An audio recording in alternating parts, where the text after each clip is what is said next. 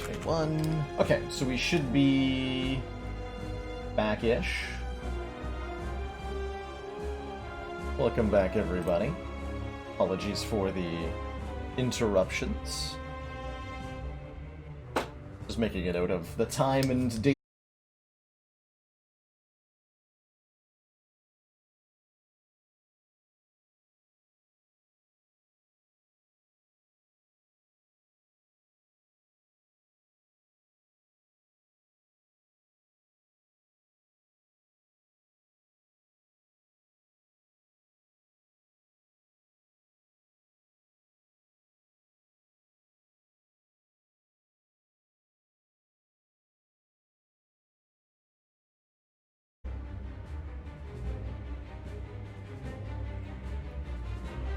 Alrighty, I think we're back.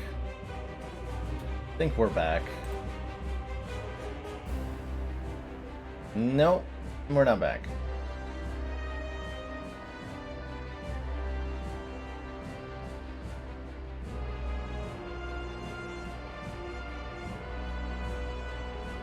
We are not back. We're like kind of back. We're on life support. I wouldn't really call this being back.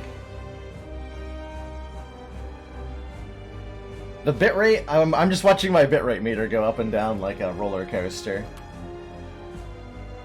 I have no idea what's going on, but I'm sure I get to yell about my ISP about it later.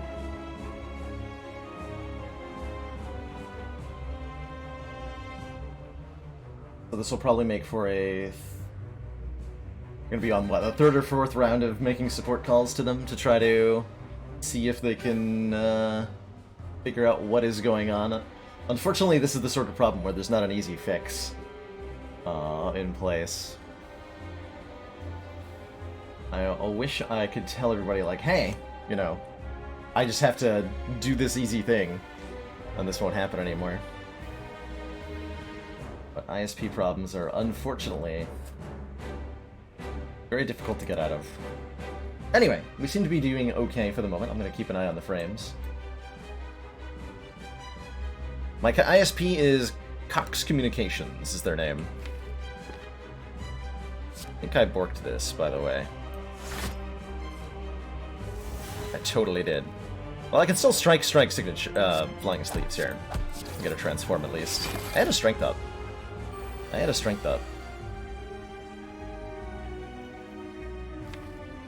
Next turn... I'm gonna take a lot of damage next turn. I am stuck in Wrath Stance here.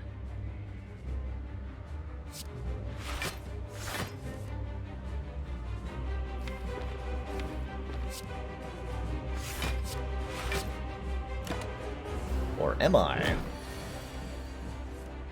Or am I? Yes, I am. Okay, so we got 16 times 2 damage coming our way. I can block his... Actually, I can full block this. No, I can't. That's too much energy. So the card draw, I'm realizing, is making it harder to do signature move. That's fun. That's fun. Oh, that's fun. So we'll block like this, take a whole bunch. And here's our signature move, thankfully. So we can essentially win the fight. That's fun. Got him. We do so much damage. Okay. That's all it takes. That's all it takes. You just gotta be in Wrath Stance and you just gotta kill all your opponents. That's fine. Double tap? Double tap signature move? Oh my god, double tap? Double tap. This turn, your next attack is played twice. You could also take Unload, which is just a high damage attack, deal 14. Discard all the non-attack cards in our hand, which would, that would be a lot of damage in Wrath here. But double tap, especially with a Shuriken, is a really nice combination here.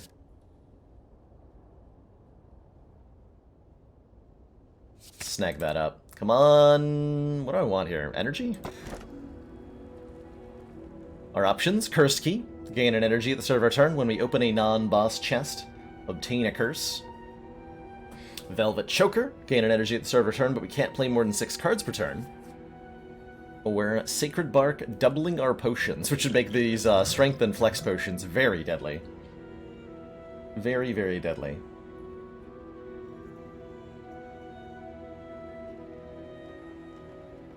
I appreciate the advice, FireX. Truly. I'm not yet feeling out of my element, or like, I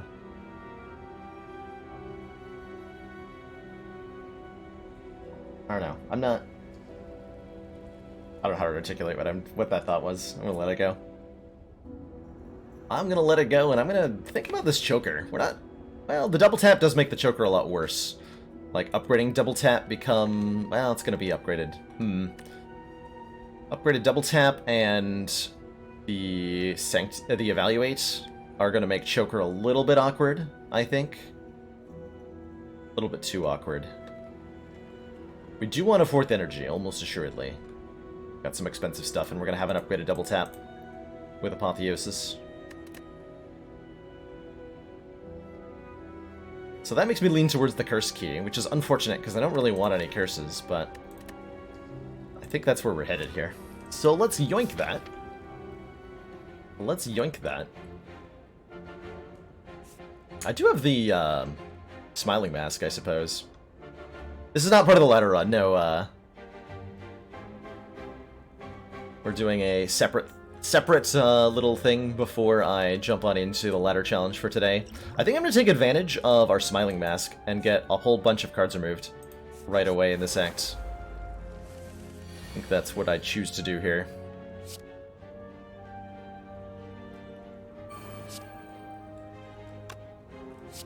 Take one of these birds out of the air.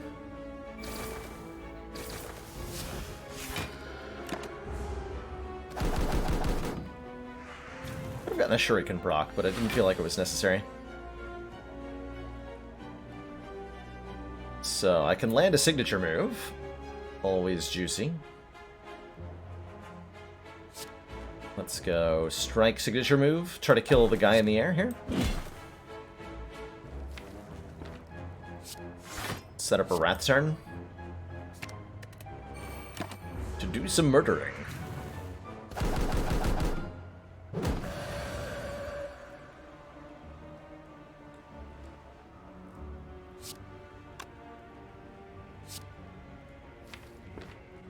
Those are some big numbers, birds. Some really big numbers. Fortunately, I also have big numbers, so we're fine. But that was a little bit scary for a second.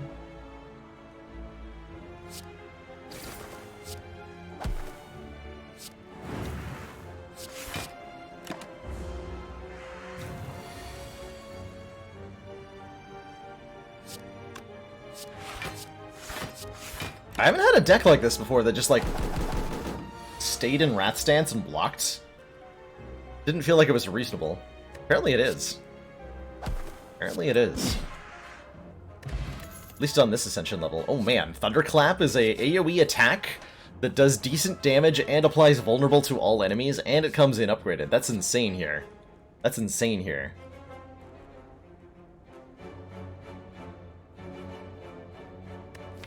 That is ridiculous.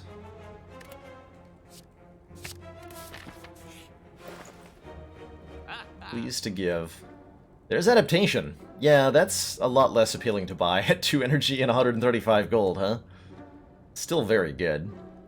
Whenever you switch stances, draw a card. We're just gonna be, well, maybe taking a Feel No Evil. Definitely gonna be removing a strike, though. The less strikes we have, the more our signature move is playable.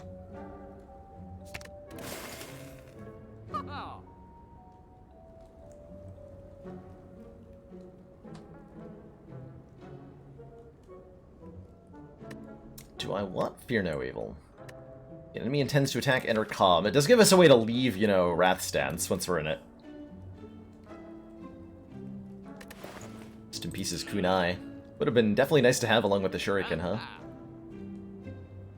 What world do we even live in?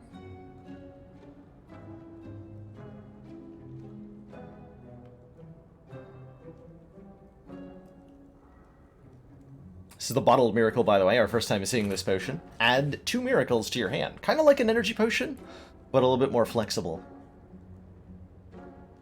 Only found on the Watcher, this potion. Oh hey, there are sparkles over the regen potion. Check that out. So, uncommon and rare potions now have sparkly effects on them. I'm not sure why. But it's kind of cool. Kind of cool. Let's take let's take this for no evil. Let's take that for no evil. How's it going, Chronometrics? You're just in time to see me dunk this ball.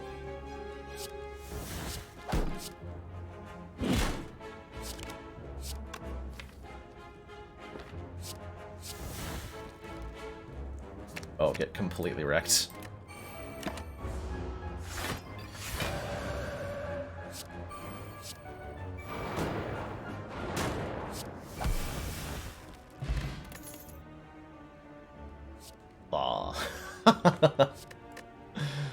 Kinda like Claw. Cool that it seems fun, too. More card draw. Claw, the sort of thing this deck wants. Has there ever been a Watcher Claw deck before? Is the world ready for such a thing?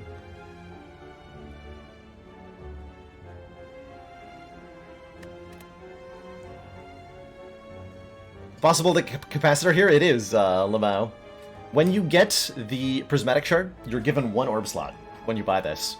You can actually see it faintly above my head in the background here. So we can channel orbs into that 1 slot. And if we find something that gives us additional orb slots, like capacitor, we can get more.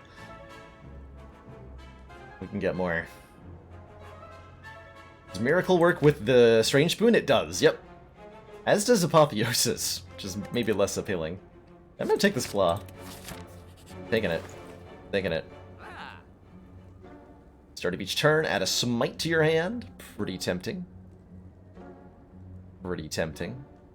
Another copy of Sanctity. Definitely removing another Strike. And I think now that we have another Claw, I'm tempted by another Sanctity. Giving us more card draw.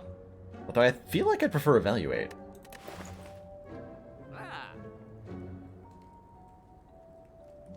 Also take a potion. We're about to fight an elite, but with these 2 potions that we have, I think we're okay.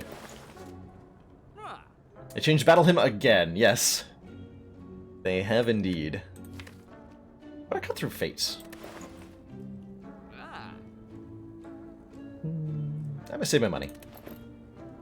Changing my mind several times in that store. Nope. Not giving you my hit points for bites, sir. And slash or madam.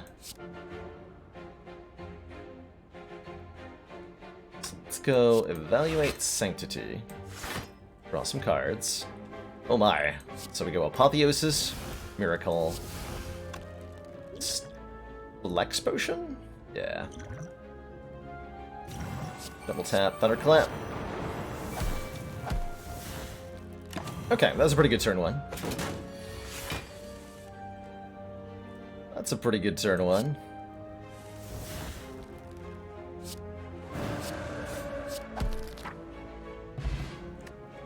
Bag of Marbles. Start of each combat, apply 1 Vuln to all enemies. And a Black Potion. And a Battle Trance? Draw 3 cards. You cannot draw any extra cards this turn. Augers. Battle Trance. Please to give Battle Trance.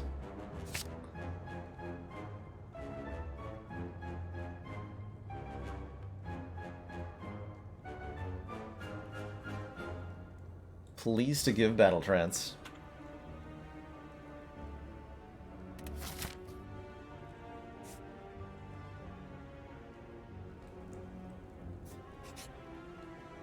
Ooh. Do we also then want 3 strength on turn 1 with mutagenic strength? To go with the bag of marbles that we just picked up? Probably, right? We could also transform 2 cards, presumably strikes, into new cards. Or gain an actual source of strength in Jax. Lose 3 health, gain 2 strength. All these are very good, I think. All these are very good. Battle him trance. Why not battle her trance? Turn 1 shenanigans, please. I do think I value the Jax a little bit low. We did just get a bunch of card draw. I'm wondering how, like, often we just dunk stuff on turn 1 now. Probably pretty often. Let us ingest mutagens and become strunk. Definitely upgrading Battle Trance is a priority here. Definitely upgrading Battle Trance is a priority here. Okay, we have a cursed key. I'm gonna open this chest anyway. There's a tiny chest in here, so we can take our sapphire key. We'll get that removed at this store. But first, we have 1 normality. Cannot play more than 3 cards this turn. That is a really, really rough curse to have found. Really, really rough curse to have found. Does Transform pull from all pools when you have Prismatic Shard? No, Huckleberry. If you have Prismatic Shard, you will only get offered off-color cards in combat rewards. So not in stores, not from transforms, not from potions, anything like that. If you're playing with a run modifier, such as Diverse, that will apply during all of those situations. So Transform... Oh, also... Actually, excuse me, Transform follows its own thing, too. No matter what, when you transform a card, you get a card of the same color. So transforming an Ironclad card should always give you an Ironclad card. Transforming a colorless card gives you a colorless card. And transforming a curse gives you a curse. So no matter what, Transform doesn't give you cross-colored cards, I don't believe.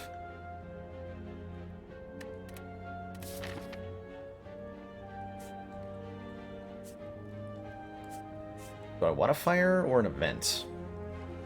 An apotheosis? I have a gold idol. I want an event. No normality turn 1.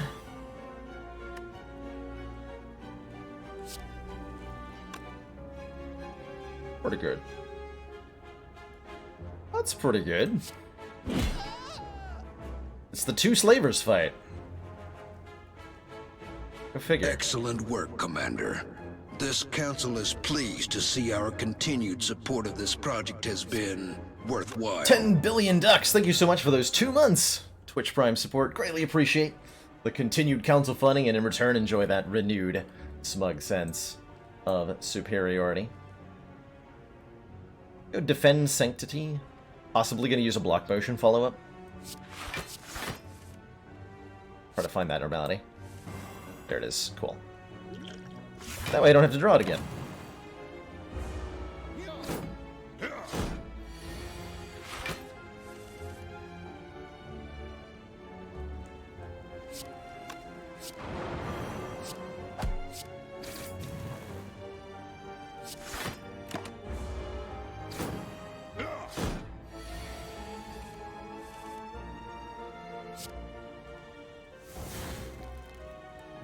So Halt will actually just full block Taskmaster. It's pretty sweet. Win in Wrath Stance. Easy peasy. Vajra. Start combat with 1 strength. Oh boy. Let's go in Crystal Dump. Meteor Strike. Second Flying Sleeves is nice with all the strength that we have. I think. Or we could just take a backflip. The second relic is the Horn Cleat. At the start of turn 2, gain 14 block. You can think of it like an anchor that showed up a little bit late.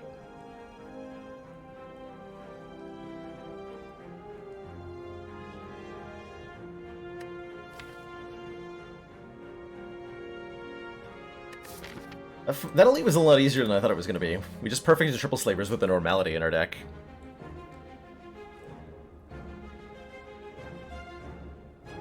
Call it Happy Rock in this household. Sorry, Happy Rock. Does he seem that happy? He seems more shocked than anything. Seems more shocked than anything.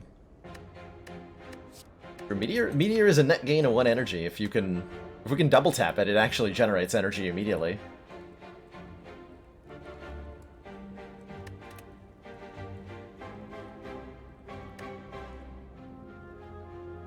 I'm not sure I want any of this. Like, I would rather a pummel or something, right? Like, we can get better strength scaling cards than this. Meteor Strike would be very cheeky. Oh, right, we only have 1 orb slot. Oh, right, yeah. So it does actually give 4 energy back immediately. If cast. You know what? Taking it. We can cast that. We have a Miracle. We can cast that. Ritual Dagger? A little bit late Ritual Dagger, but is it too late? Ritual Dagger does a lot of damage. It says, if this kills an enemy, permanently increase this card's damage by 3. I feel like we can use the 99 gold probably a little better. But, Dagger gets real strong with Apotheosis and Double Tap.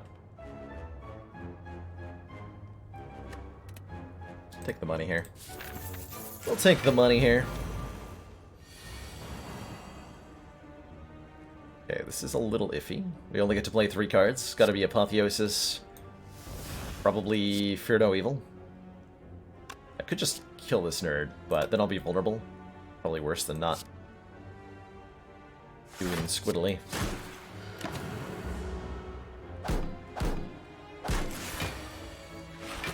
Rude. You are one rude avocado. Anyone ever tell you that?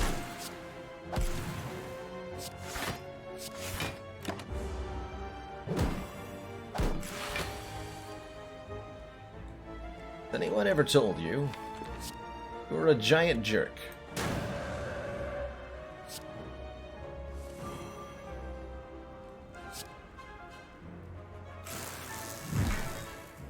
Bonk.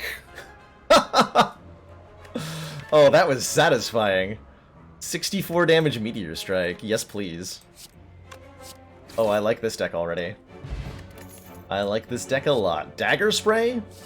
Deal 4 damage to all enemies twice. Is perfect AoE for this deck. And I would like it. I would like it.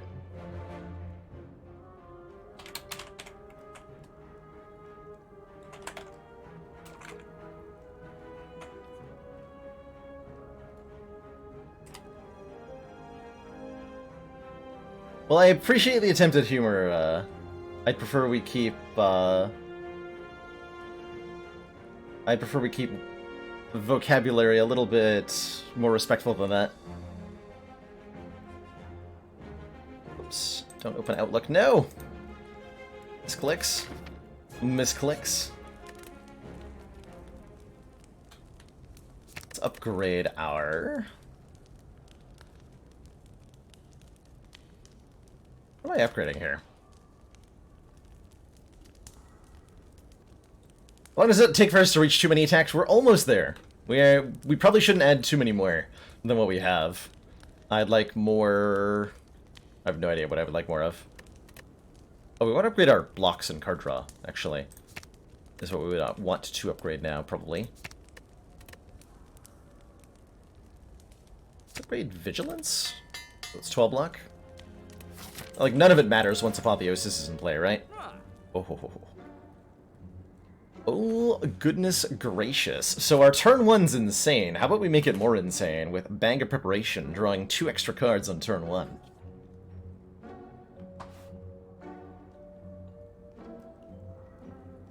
Oh, no worries, Thomas. Thank you for being willing to adapt.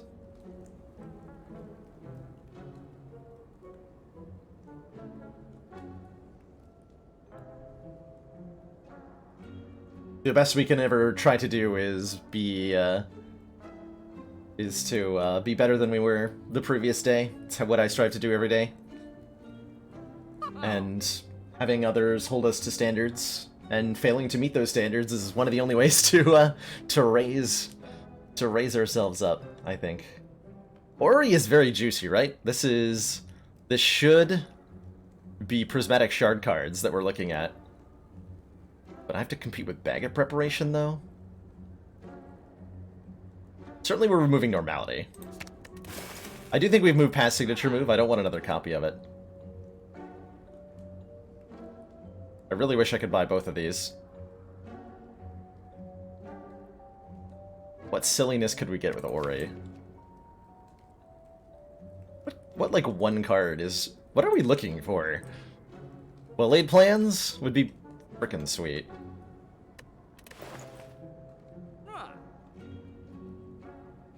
This is too good to not take. Trip's a fun consideration, right? Apply 2 vulnerable. We'd definitely like some more vulnerable. All we have is Thunderclap currently.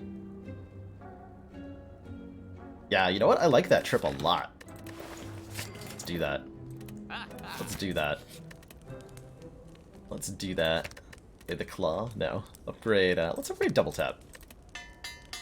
Let's see what silliness happens to champ here.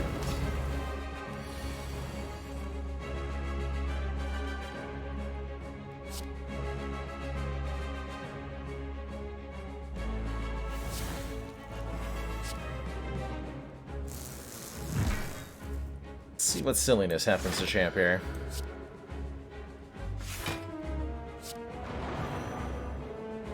So we played Meteor Strike. We're now just gaining an extra energy every turn, which is awesome. Totally awesome. Champ is stronking up. As he should. Set up a Wrath turn here. Oh, that's perfect, actually. Fear no evil on a Wrath turn? Yeah. It's perfect.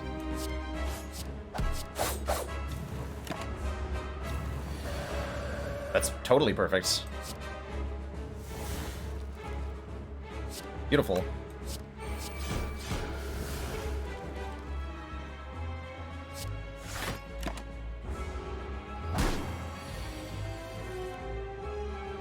Aha.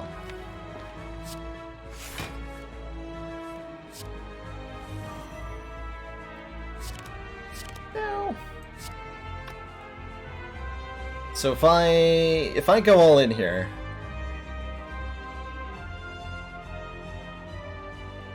we're bringing champ way below half, and I think I should do that.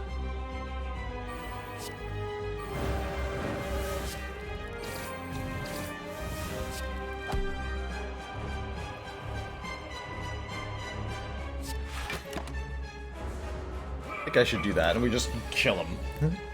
We just kill him.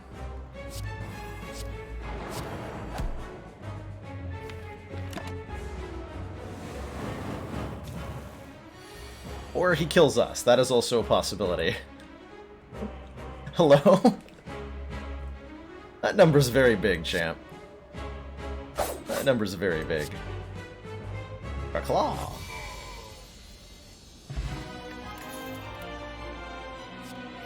What are these defect cards? Hello? Lightning now hits all enemies. Amplify. We don't have any powers, do we? No, I have no powers. Or multicast. To turn our plasma orb into immediate energy. I don't think we can take any of these. Feels like a skip.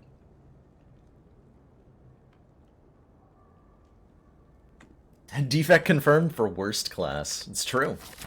Defect cards don't do anything.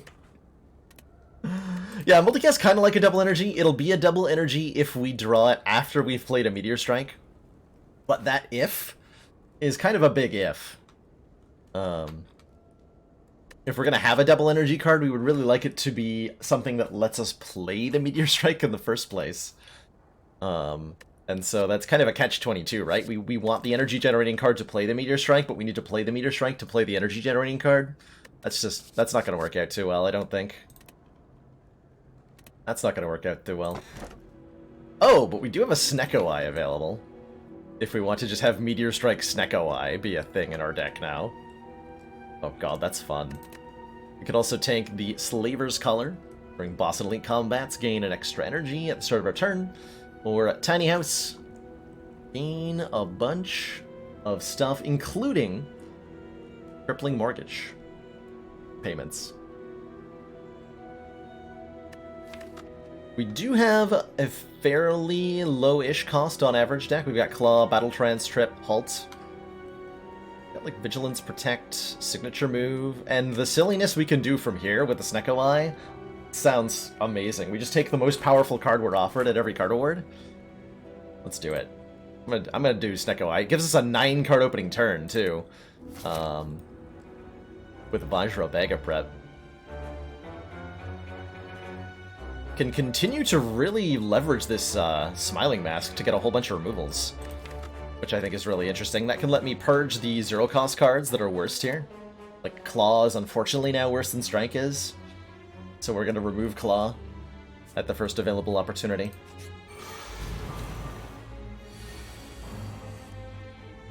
This makes Signature Move kind of unplayable too, huh? The Snecko Eye, that is.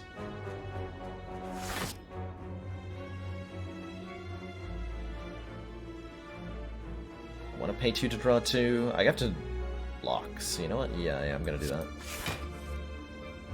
Claw. Still being useful.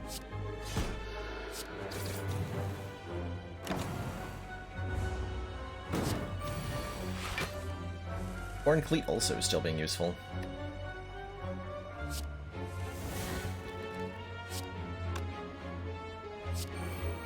Boop.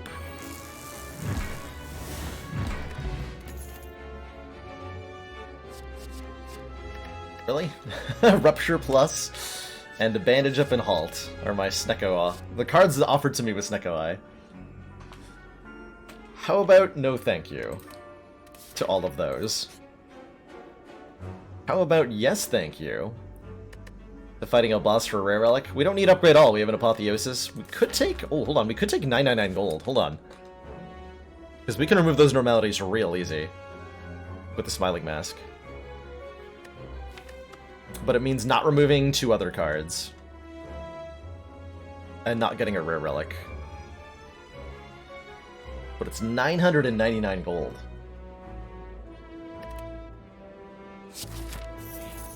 It's a lot of gold. That's a lot of gold.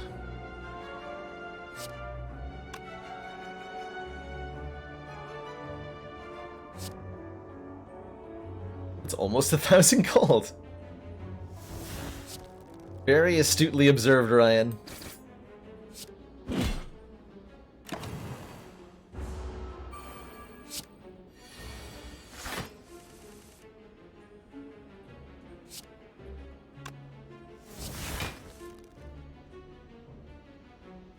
Dagger Spray. Can I kill this guy? This would be, what, 14 times 2? Yeah, I think I can.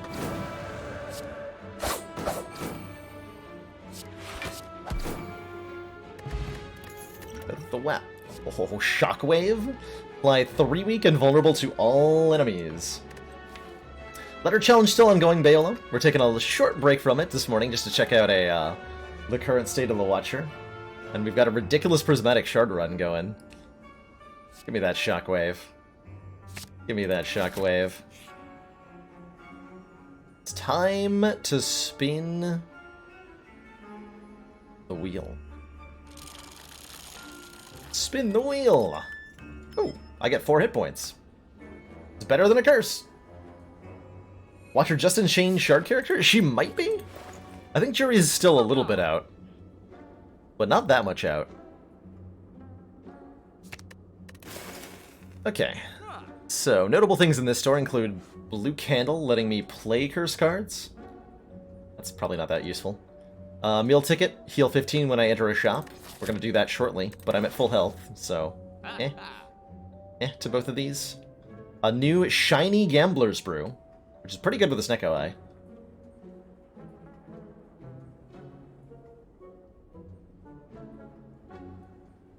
No man should be cursed with with having to wear damp trousers. Disposable account. That sounds... Please drop trow. If they are damp.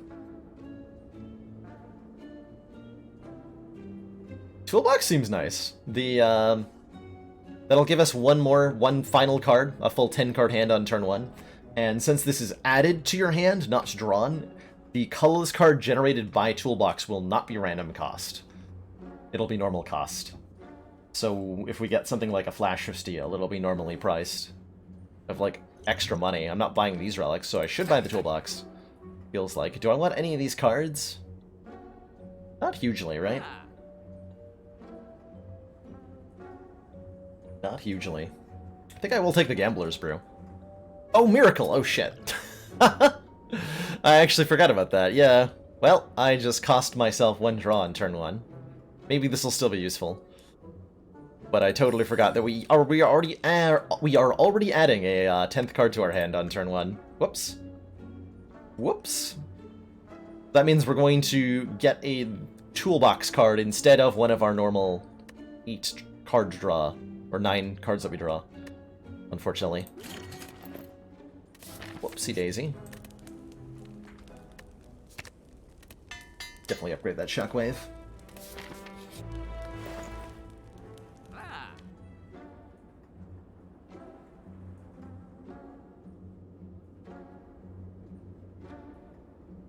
Hey, Jimmy Gray. So we take out the other normality here. We could take Medical Kit to make status cards playable. I don't know how many status cards we'll be running into. Could take it. Tranquility as a retain and recom. Pretty appealing. On some level. I've not had a good run with Battle Hymn yet. Oh, Chrono is, though. Chrono is having a good time. Yeah, Establishment lets us retain cards to reduce their cost. We don't have that many cards that retain. That'll be Protect and Flying Sleeves. We could add Tranquility to that. Definitely gonna take Centennial Puzzle. First time we lose health, draw 3 is nice. Ceramic Fish, definitely a little too late here. This one says when we add a card to the deck, gain 7 gold. Wouldn't pay for itself by the end of the run, so not even worth considering here.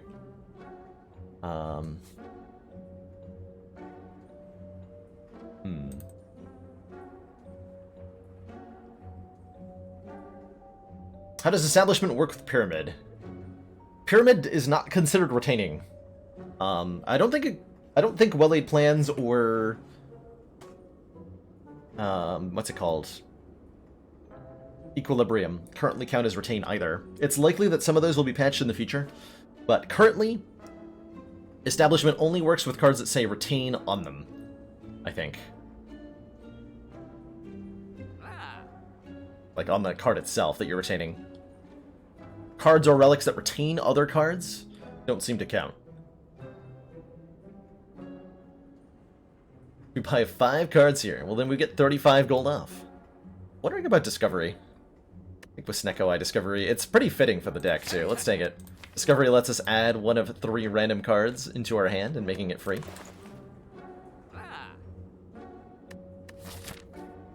What about Tranquility? Probably going to be necessary. This is not a mod, Asamobot. This is the 4th official character for Slay the Spire. We're playing on the beta branch. This character's not yet finished, and is only accessible by volunteering into the beta on the Steam client. So you see it says beta right up here in the top corner. That is what is going on. But this is an up-and-coming character that will, at some future point, probably not too far away, be part of the base game.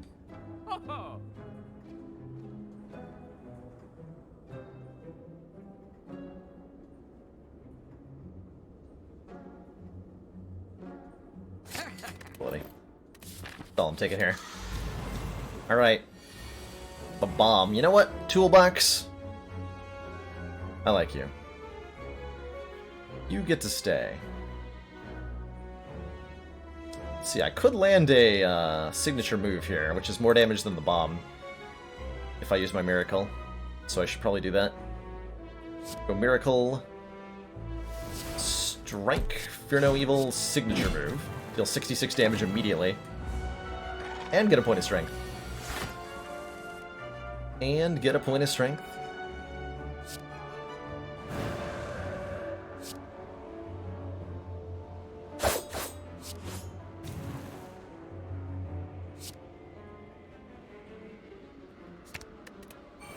Okay, it should be buffing itself next turn, so I can stay in Rat Stance here. Yep. So I can go Shockwave, Meteor Strike,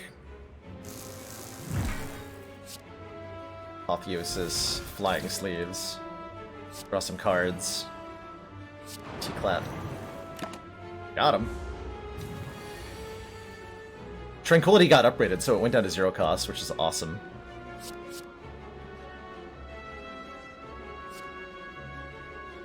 The enemy has 30 or less hit points. Set their hit points to 0. Judged! Get judged on.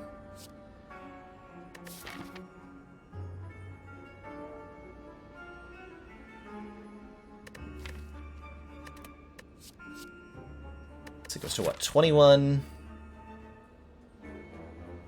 27? So we can get Searing Blow out to like 30-something damage if we were to take it and keep upgrading it. I'm honestly really considering it. We don't have anything else really to spend our upgrades on that are meaningful. We have an Apotheosis to upgrade everything else. And with a Snecko Eye, the 2 cost isn't too bad. So this becomes, at worst, just a pretty strong attack. You know what? I'm gonna take it. I'm going to take it. We're gonna skip this chest because it contained Curse, and I don't want to deal with Curse. So we'll skip here. And I'm now going to be upgrading Searing Blow. Now going to be upgrading Searing Blow. We already have the blue key. Thankfully.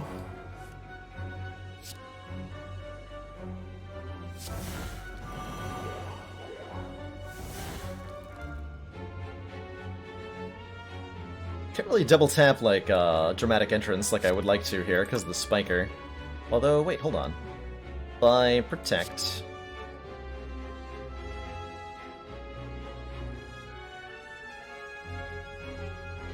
At least single cast it.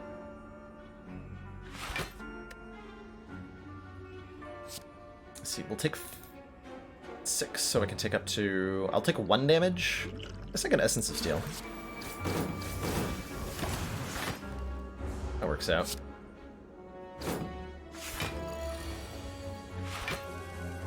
That works out.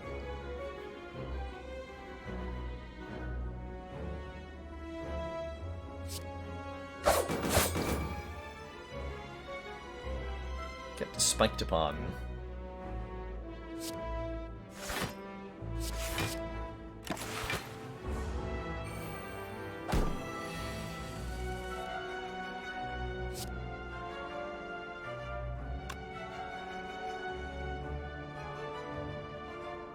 Well now.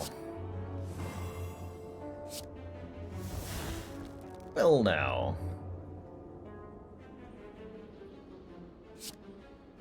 Well now. I think I can kill them both here, right? Yeah, almost definitely. So we go... Sanctity for enough block. Thunderclap to make Spiker Boy vulnerable, or Spheric Guardian vulnerable here. And then we just kill him. Good fight. More card draw.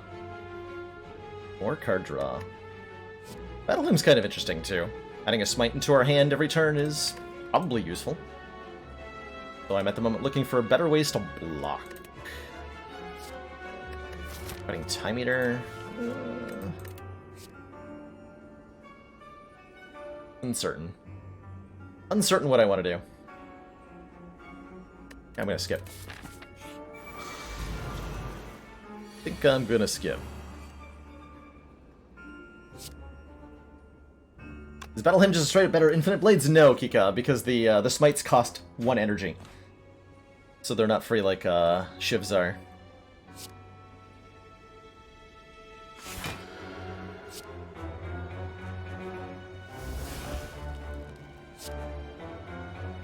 Okay, Transient. Transient's defeated pretty handily by Wrath Stance. I'm actually really curious how much damage this deck can do to him. Really curious how much damage this deck can do to Transient here.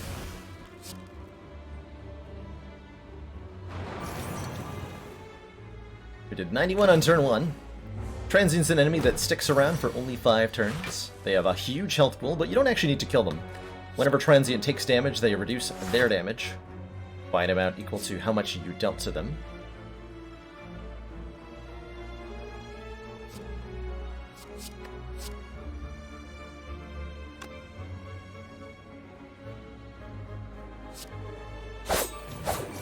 Which makes them easy to reduce to nothing.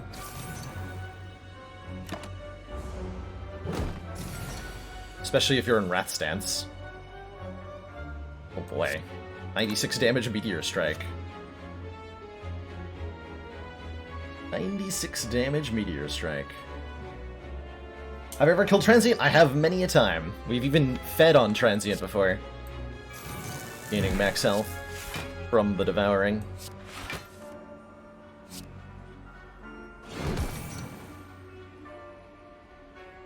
And I'm hopeful.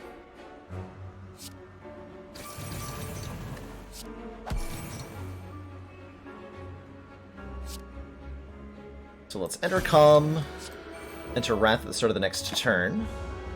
Just essentially getting more energy next turn.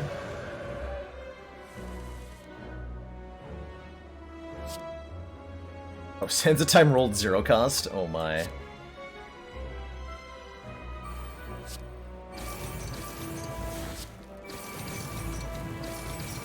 Look at this damage output, holy crap.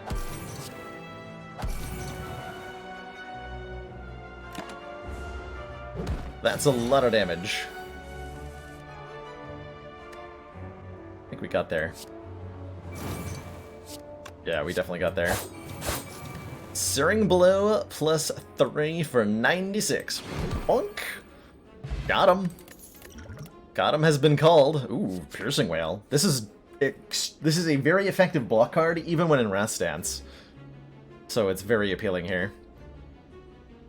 Very appealing there. Man, this deck is strong, huh? We killed Transient? Jesus. Let's keep upgrading Searing Blow. Deliberately avoiding elites, just to get more upgrades on this card. Add colorless cards to the deck. I like my hit points where they're at, so I'm only going to look at one here. They're all low-cost cards. With Snecko Eye, I'm going to say no. And I'm not going to forget to recall. Not this time, anyway. Not this time. Alright, your move, Time Eater. I see that you are damaging me. And I would appreciate if you didn't do that so much. Thanks. Do I want to use any potions against Time Eater, I guess is my question. We ostensibly need the... We have 630 gold, so I could just buy a new potion next act. Let's use at least our strength potion. Gain a little bit more strong. Little bit more strong. As much as I wish I could enter Wrath Stance here without any way to leave it, and this kind of a hit incoming, we really shouldn't do anything like that. Time Eater's gimmick is that they end our turn immediately. Every time we play 12 cards. Oh, I could Eruption and then Vigilance, huh? Well, that seems like a smart play, right? I can go Eruption, Dagger Spray, Searing Blow, Vigilance. Then I'll take quite a bit of damage, but we can worry about that later. I guess let's see what Deep Breath draws here. Oh, okay, definitely then. Definitely gonna go the damage route.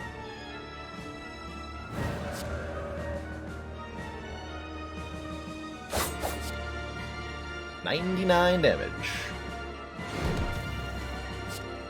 Okay, so Time Eater went below half health on turn 1. That's usually a good sign that you're doing well. That is usually a good sign.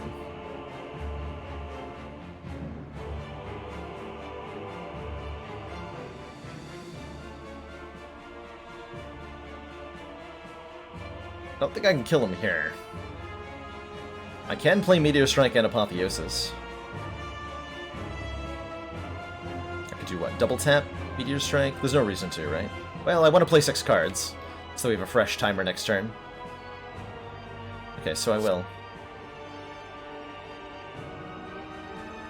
Double tap.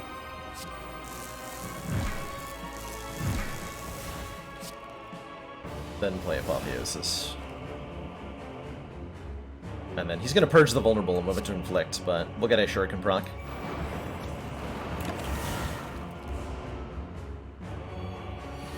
Alright, turn 3 of Time Eater fight.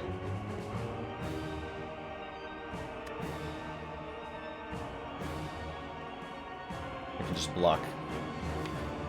We just block, mostly. As much as I'd like to play this, I actually can just play Signature Move quite effortlessly. It's nice. But let's make sure we're blocking. Beautiful. Can retain... I can Miracle Trip Signature Move, do a whole bunch of damage that way. Seems fine to me. Take 4. Keep that Piercing Wail, just in case we needed it. Just in case we needed it.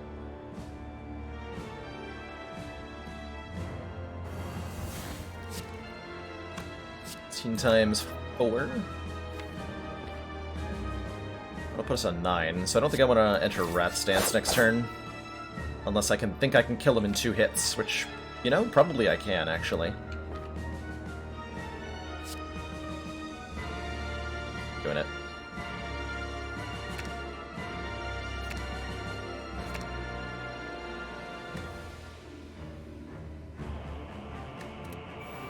This might go really poorly.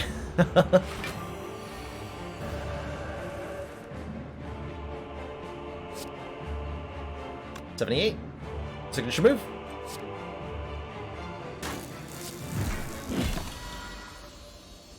No problem. No problem. Easy kill.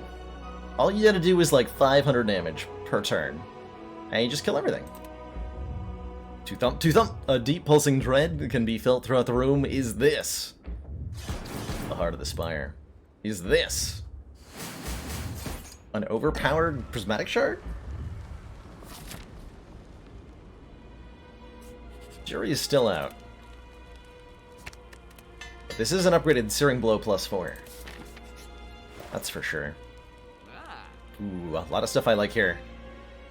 As far as relics go, Ink Bottle is one of my favorites. Whenever you play 10 cards, draw 1 card. We can afford another removal, courtesy of Smiling Mask. Abacus says when we shuffle the draw pile, gain 6 block. We do that on turn 4 pretty consistently.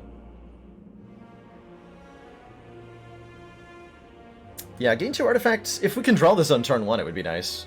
Against the heart. I will take a weak potion, that's for sure. Not sure how I'm going to survive the heart. Piercing Wail? Piercing Wail feels like it has to be part of it, right?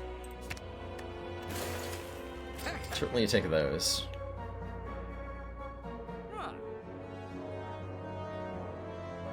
Gonna buy one of these potions. We want any of the cards?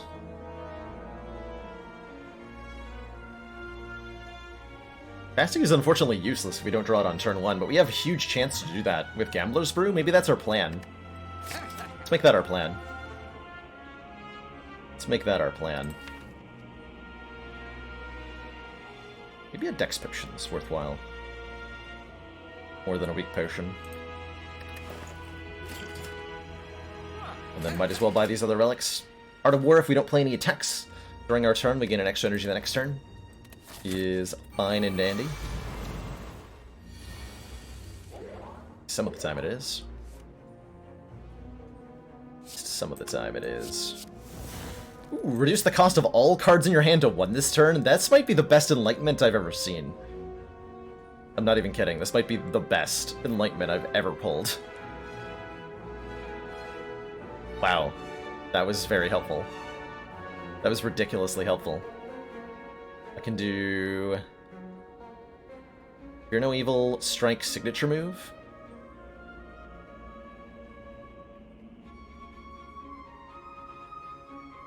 Should we have removed Claw? Yes, we should have. Overstrike. I forgot that was in there. But we should have definitely removed that instead.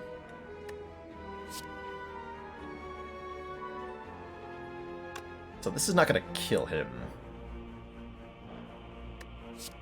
Do I then Discovery? Yeah, Discovery. Oh, perfect. Deal 8 damage, exit your stance, gives us more energy this turn. Is that helpful? Yes. Omniscience to scry the draw pile is nice too. I can set up the perfect turn next turn. Maybe that's all I need to do. In fact, that is all I need to do. That'll be better. This is a ridiculously powerful card. Ridiculously powerful card. So by Omniscience, we draw the following cards. Meteor Strike. Double tap, Searing Blow. We're drawing 7 cards, right? And they're going to be weak and vulnerable. We want to enter Wrath stance.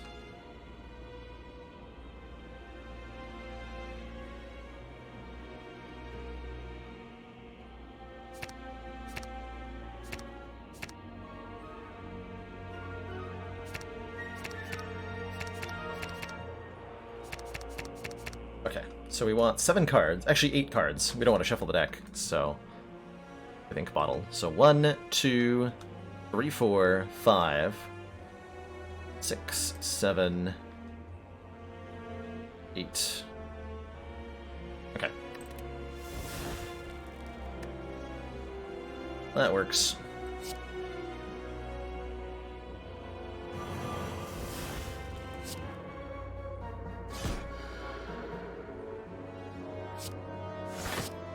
Block like so, and then next turn we should just be able to kill one or both of them with this hand. Okay, Eruption and Meteor Strike are both at the bottom. That's a little bit awkward. Go Miracle, double tap. There's Eruption. Unfortunate Meteor Strike ended up being at the bottom. That's okay.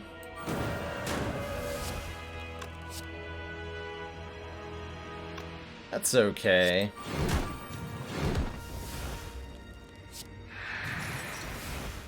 That's totally okay. That was not optimal. I don't think it needed to be, though. Boop. Alright, well, they're dead. GG, nerds. GG. This is a weird card. Cleanse Evil. Add X smites into your hands. You can't play them on the same turn you generate them. Ever, I don't think. So strange. So strange. Boot Claw deck wins again. Sigh. Sigh. Oh, Miracles. That's a way to do it. I like that. I don't think we want any of these cards. Probably do want a Dex Potion, I think, over a Power Potion? Question mark? Which Watcher powers do I want? Deva Form? I definitely want Deva Form. Is that the only one I want? Establishment would be okay. I think I'd rather have a Dex Potion than Establishment. 4 points of Dex will allow us to actually block against the heart, which is pretty significant.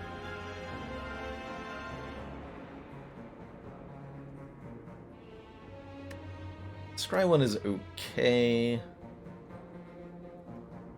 Stance switching ones are okay. I'll take the Dex spot. I think that's just more reliable here. in terms of what it does for us against the corrupt heart of the Spire. So we're looking to draw our artifact card on turn 1 here to block vulnerable. And so a lot of my turn is just going to be that, I think.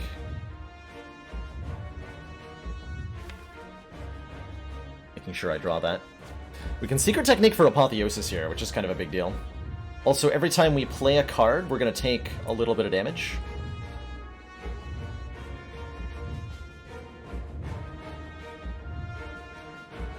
Courtesy of Beat of Death here. Actually meant to play... I should have played Halt before I played the Dex Potions, so that I could take 1 damage with the Centennial Puzzle. Interesting. Interesting.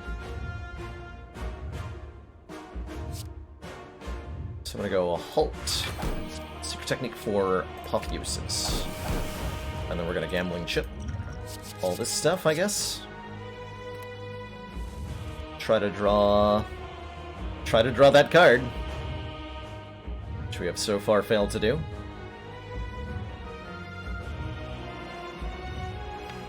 Fasting is what we're looking for here.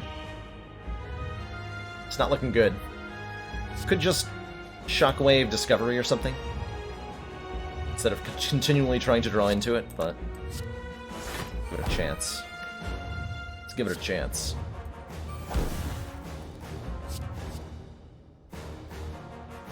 Play the top card of your draw pile. Sure. Whatever that is, play it. Good. Okay, we found it. Was that the right play? Probably not. Did I successfully do it? Yes! We also kept our 3 strength because of that. Which is appreciated. Definitely appreciated.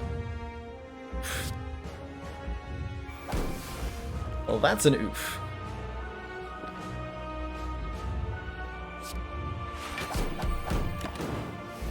That's an oof of a turn.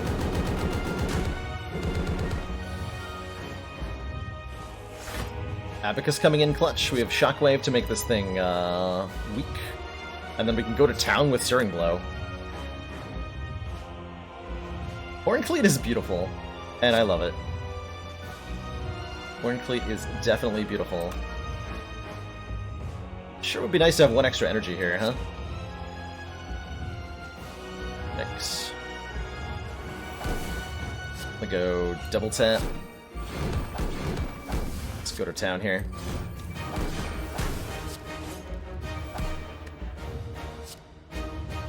Bum bum. I think we should just play Piercing Wail. Because the artifact is going to block this the next time we draw it. And I kind of need to kill the heart in 2 turns from here. Because it doesn't feel like we can block. So I need Wrath Stance immediately. Shoot.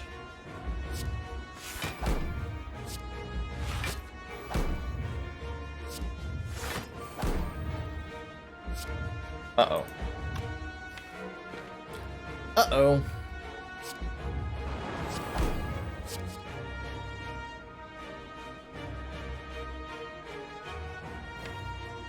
I believe we are dead.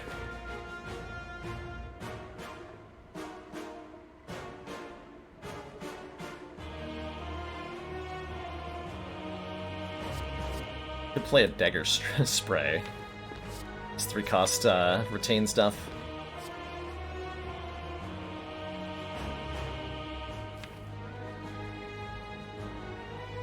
I have some block cards coming my way.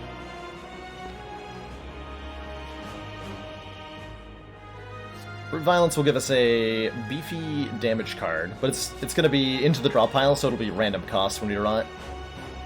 So I think we should just... Oh, this won't... Right, this doesn't work. So maybe I just take the retain card that blocks for us. Does 11 block next turn?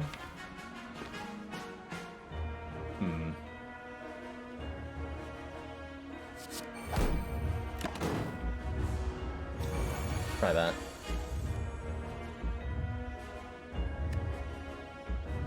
So Meteor Strike generates a lot of energy for us, which is great. I need a lot of energy. We should at least be able to survive this hit with our block cards. Yeah, we can survive this hit. So that's good. And that's good. Can I Eruption Meteor Strike? See, if I Eruption, I go to 3 energy. Meteor Strike is a net plus 3.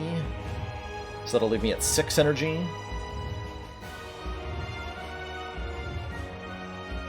And that's not enough to Tranquility again.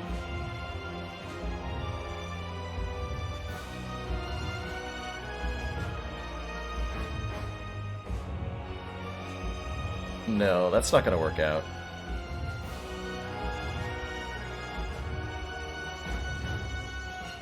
But then I get to play Signature Move?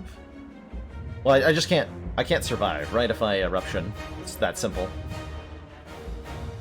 Because the Tranquility is 3 cost. So we'd be stuck in Rat's Dance.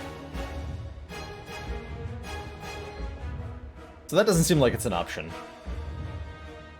I don't believe. Unfortunately.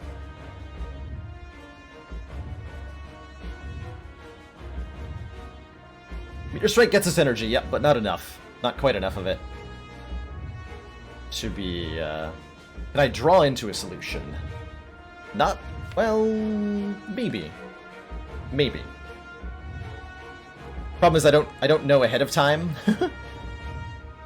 Because the way of our draw, I could try, like, Insight. But I have to make room in hand.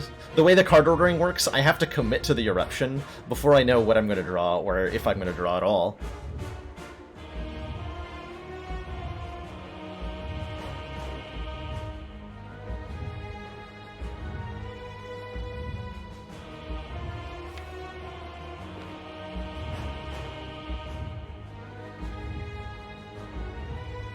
So I think I go Meteor Strike, Perseverance, Insight? Actually, it should be Perseverance first, so I don't take beat of death damage. Perseverance, then Meteor Strike, then draw some cards. Yeah, I am just 1 energy short of where I need to be for this turn to have worked out really well otherwise. Which means we're staring at 60 damage incoming next turn. With probably no way to protect against it. Probably no way to protect against it.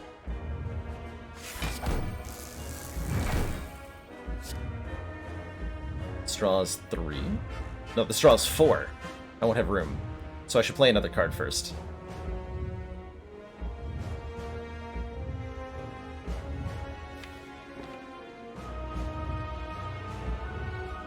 Protect? If I protect, I'm only going to have 1 energy left. Probably don't need to protect this turn. So let's strike Insight. Might regret this. I'm not going to regret this. Actually, don't need to Insight anymore.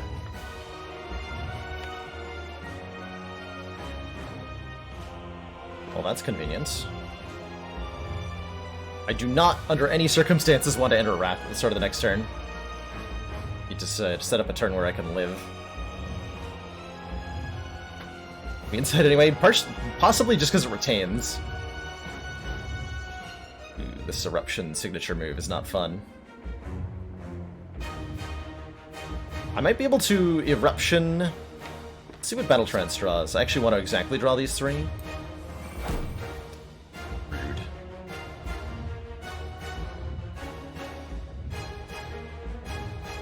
Gross. Oof.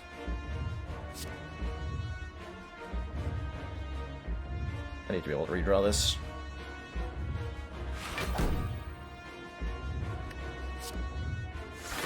Ugh.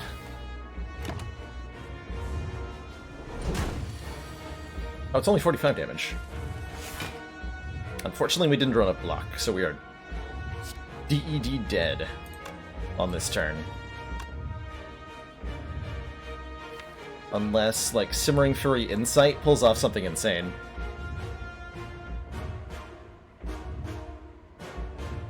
Halt double scales with Dex. I didn't actually realize that. Yeah, it does. It's pretty cool. Actually, wait. Let's defend... So I have to insight no matter what?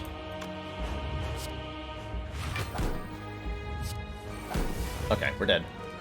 We're dead. GG. GG.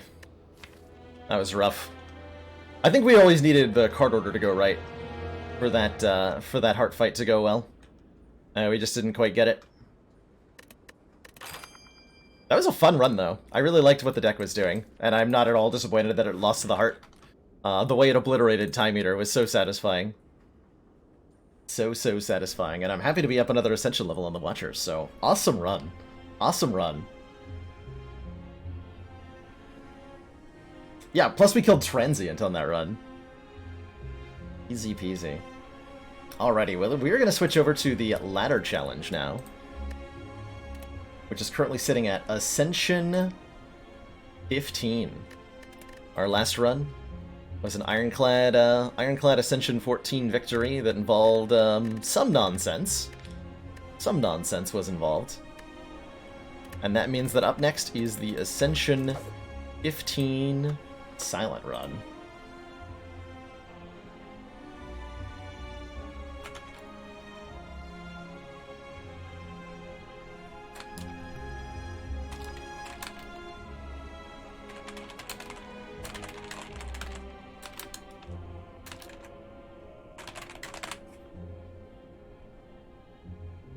Stress will be present, yeah.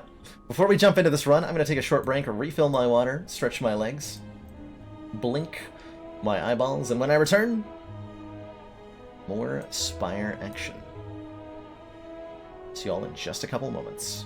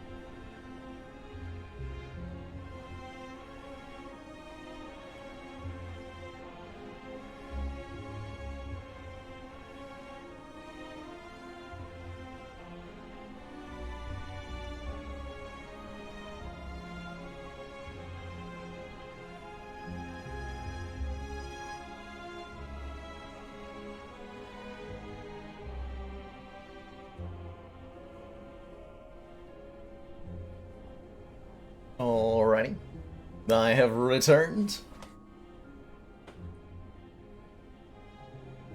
It's Ascension 15 time. Ascension 15 says unfavorable events. So many of the events in the game either deal damage to us, a little bit more damage to us, they cost more money, they or are otherwise changed in some way to make them a little bit more punishing. Apparitions only gives you 3 copies instead of 5. The Match and Keep event from the Gremlin has 2 curses in it instead of 1. Prior to Ascension 15, that Match and Keep has a colorless card in it, which we've not actually seen, I don't think, anywhere along the run, but it's there. This is where the Note for Yourself event stops showing up. And another number of other changes as well on the event side. So question mark rooms do get quite a bit worse at this Ascension level. Let's embark. Greetings! Kind of some tough starting options here. What does our Act 1 look like?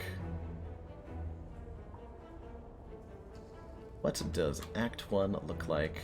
I see a path that can pretty reliably take out the Burning Elite here, if we're willing to go, like, 3 fires into the Burning Elite. Could even exchange one of those fires for a regular Elite, and I like doing that to free upper pathing for later acts. Left half of the Spire here is closed for maintenance, it seems. So we can only go up the squeeze into the path over here. Bit of a tight fit, looks like. Other option would be to go Elite Fire Shop, Elite Fire, Elite Fire, but the Elites being before the campfires means I think I'd be on my back footing the whole time. Not a huge fan of the boss relic swap on Silent, so the other options are mainly worth considering. Colorless Uncommon card has never been a start I think is particularly powerful or reliable, so we won't be taking it here, which means I'm either taking max health or a curse for even more max health, and I don't think taking 1 curse for 6 max hit points is particularly worthwhile. So 6 max health ends up being my choice here. Not hugely impactful, but maybe it'll be just fine. Silent with her low max health, previously the lowest of all characters until the Watcher came along, definitely appreciates getting just a bit more. Just a bit more. I'm gonna do 3 fights into an event into this shop. Or, like, unless something weird happens that makes me think I can take on an Elite, but there's no way that's gonna happen. I don't think. I don't think. Ah, good old friend of the Spire, the Jawworm. Here to guard the way to Act 2. By asking us, can you draw well enough to not die to me? The answer appears to be... maybe? Might take damage next turn. Nope. I'll play your game, you rogue.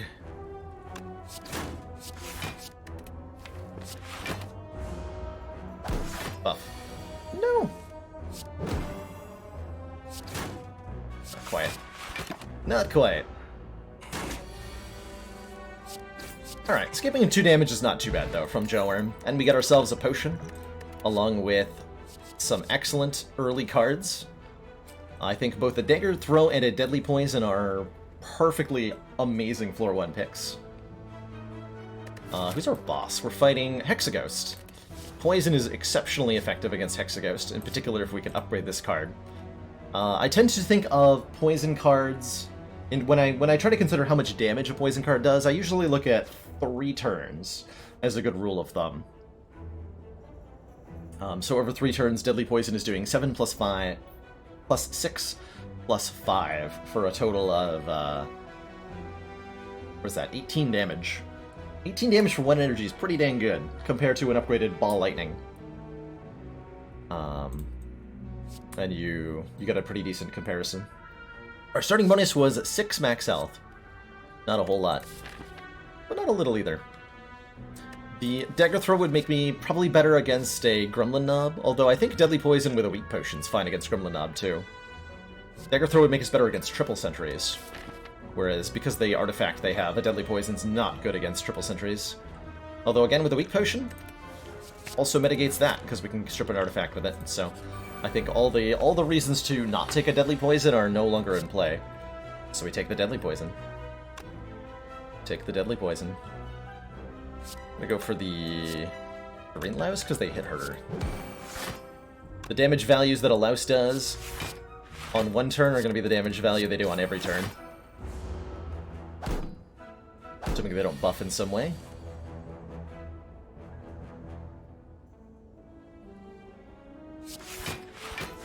We'll block that.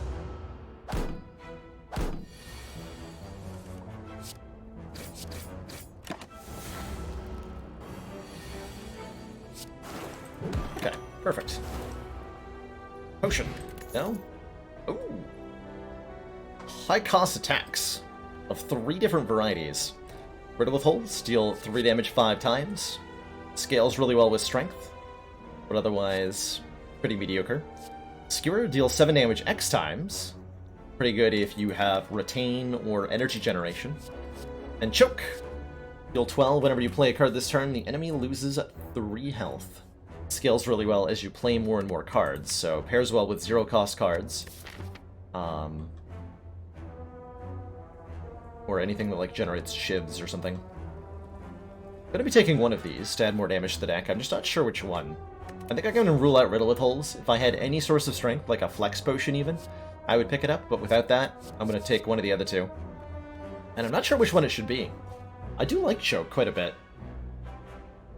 It scales pretty well as you progress further, especially if you're playing lots of cards, which you often want to be. I'm gonna take the Choke.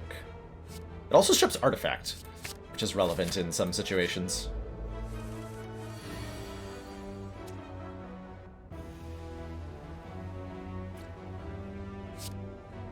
So I could just choke you and then Survivor block. That's good. Is there anything else I could do? That also picks up a kill. I could do Strike, Neutralize, Deadly, and then Survivor, and that's just 3 less damage on Acid Slime. Just 3 less damage on Acid Slime. Don't think there was any way I could get poison on this guy.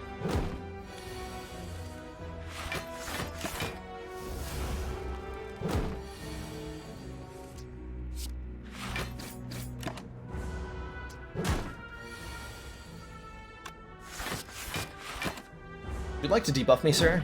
No? Alright. Talk. Fumes! Start your turn, apply poison to all enemies? Yes. Basically always. This early on Silent, especially on Ascension 15. Great AoE scaling damage card. Very good against Hexaghost, very good against Slime Boss, very good against all the elites in Act 1. Great in a lot of fights in Act 2 as well. Just a dang good card. Just a dang good card. Remove Transform Upgrade. One of the things Silent definitely struggles with early on, well, not early on, struggles with in the mid-game, is having too many strikes in the deck. And so any opportunity we're getting to reduce the number of them. Although, man, this deck wants a lot of upgrades. We want to upgrade Deadly Poison, we want to upgrade Noxious Fumes. I think I'm going to transform a Strike, though, to both remove that Strike and to get a random card added, which could be pretty good. Pretty good. Predator. That's definitely better than a Strike. Deal 15, next turn, draw 2 extra cards is heckin' amazing. Footwork is heckin' amazing for a source of dexterity. I am playing to have the best chance that I can to win Bloodbane, for the most part. There's a little bit of fun to be had still. But I'm definitely playing to win. How's it going, meta joke? Baylor love to you as well. Yeah, Deflect seems great, especially if we take the Footwork. Deflect is a 0-cost, block card, pairs well with Choke, pairs well with Predator, pairs well with Footwork. So I'm definitely leaning towards Footwork Deflect. as an immediate thought here. We could think about Cloak and Dagger, which also pairs well with Choke. And we could buy it alongside Footwork, so Footwork, Cloak and Dagger is a possibility. So is Footwork and a Potion. I don't think there's a world where we're not buying this Footwork, though.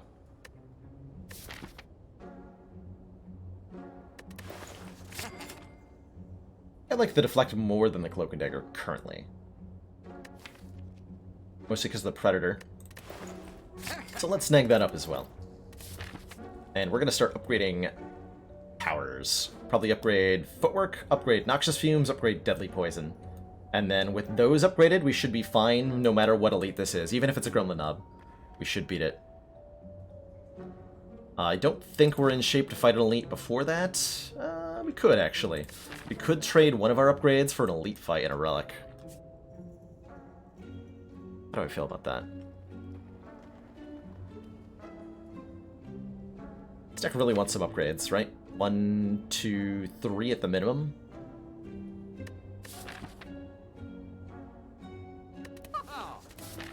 A15 Silent means A20 Ironclad, Arthurius.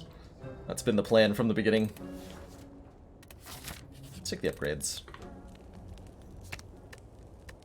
Go Footwork first.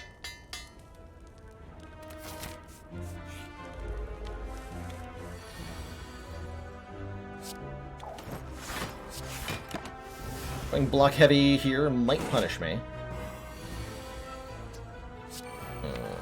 That was not good draw order. That was really not good draw order. Oh god. Wow. Thanks for that one. Yikes. Why though?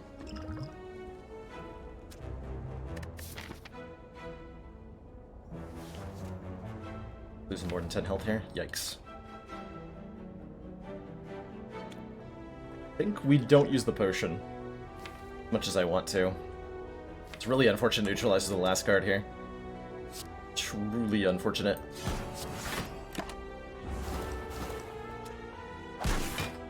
It was better to play Deadly Poison. Might have been.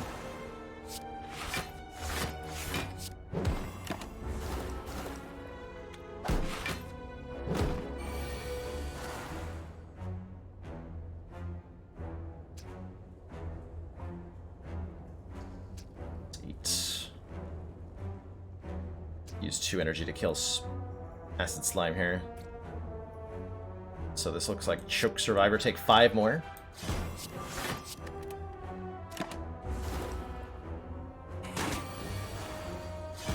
That was rough. If we draw like that against a Burning Gremlin Knob, we will actually die. But we have to assume some level of risk here. I want a Poison Stab. Helps with the poison stacking. A little bit. Not sure that I do. Not sure that I do. Oof. The furthest we've been so far is winning the Ascension 15 run, Custard Lemon. We died on Ascension 16 last time, and that's our furthest. So we're just about tied with that, assuming this run is success, which is not an assumption I'm gonna make at the moment. Storm of Steel has some choke synergy, but I have to be able to A, draw them both at the same time, and B, pay for them both, which I can only do with the energy potion. So I'm not feeling it. I think I'm gonna skip here. I think that Poison Stab is a trap that I'm not gonna fall into. Okay, and we're fine now. Toxic Egg says, whenever we add a skill into our deck, upgrade it. And that means we are not going to fall behind on upgrades, ever, in this run. It means I can probably even, like, rest before burning elites. Maybe? No, I actually need to upgrade Deadly Poison quite badly. I think that'll save us more health than resting will. Oh, yikes.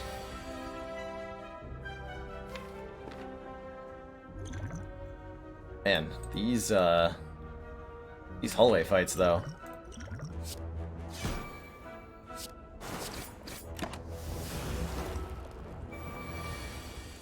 Those are some scary fights.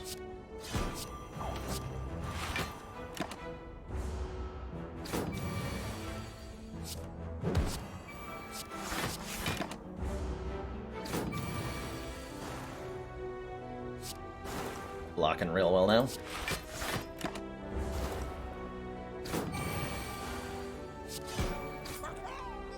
Good call. Block potion, perfect. Catalyst plus? Excuse me? Triple the enemy's poison. I am not going to turn down... I'm not going to look this gift horse in the mouth. I'm just going to take it, put it in the deck, and cherish it. Thanks, Toxic Egg. Okay, well now I can fight a Gremlin Knob, no problem. Ooh, especially if I get a free heal. Well, not a free heal, a 35 gold heal. Let's go. Not even a Gremlin Knob. Not even a Gremlin Knob. Congrats on the win. It's not over yet. I still need the Runic Pyramid from the boss fight.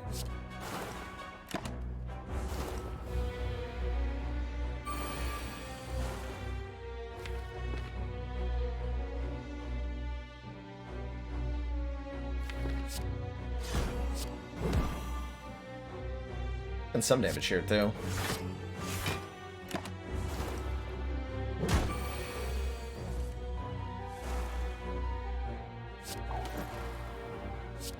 Not a lot, though.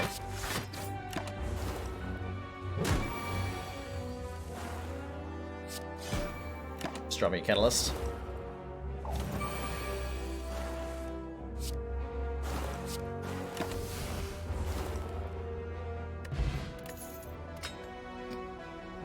Kunai! Second relic.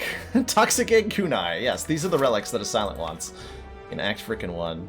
Not that we can trigger it very often, but if we do manage to play 3 attacks in 1 turn, we'll gain a point of dex. Would I like another copy of Deflect? Definitely. I would definitely like another copy of Deflect, right? Yeah. Could see either of these being okay, but... Deflect, though.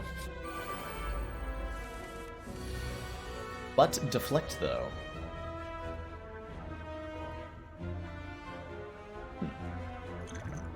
I mean, I'm okay just taking damage, right? We're fighting Hexagos, so it doesn't matter if I take some damage here. Is this deck just block and potion? It's also got a choke in it. It's also got a choke in it. But other than that, yeah, basically. It's just block and poison.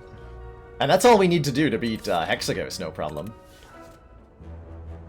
This deck can still die to Slavers? Yes. I super agree with that, Magica. We're missing 1 Corpse Explosion or 1 Crippling Cloud to make that fight feel a bit safer. And we have time. We got a Toxic Egg, we got several card rewards, and I'm not necessarily going to be going barreling into an Elite fight in Act 2.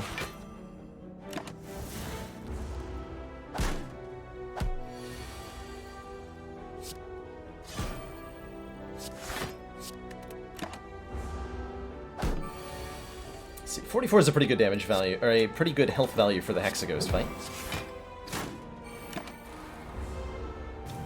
I don't think we're going to be threatened by that fight at all. Plus, Flying Knee is okay with a Kunai. Does feel like a skip, though. I'm just wondering if I have too little front-loaded. Too little front-loaded. Uh-oh. Frames are back. Keep an eye on that. Keep an eye on that.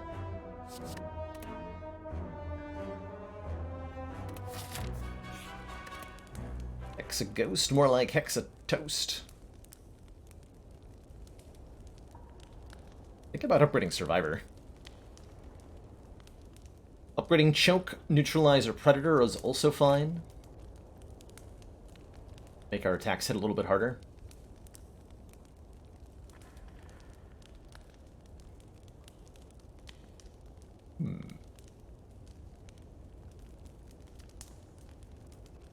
We're very likely to get either a Leg Sweep Plus or a Crippling Cloud Plus at some point. Currently, we don't have any Weaken, though.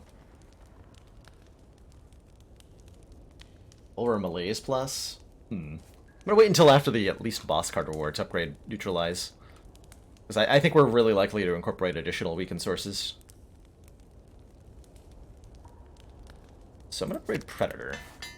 So we have a card that can, like, kill a Slaver or something. Oh. Light Hexaghost. We also have a Weak Potion, which makes the Weak Neutralize upgrade less impactful for the moment. Gonna take this damage. I think we decisively win this fight. As soon as we draw a Catalyst.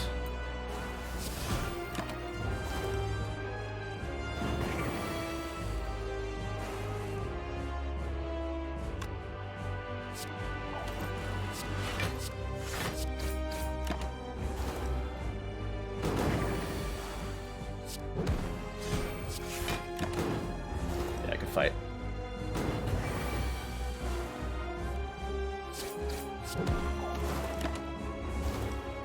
Excellent timing on the Kunai proc. That was sure helpful. That was extremely helpful. Alright, good fight.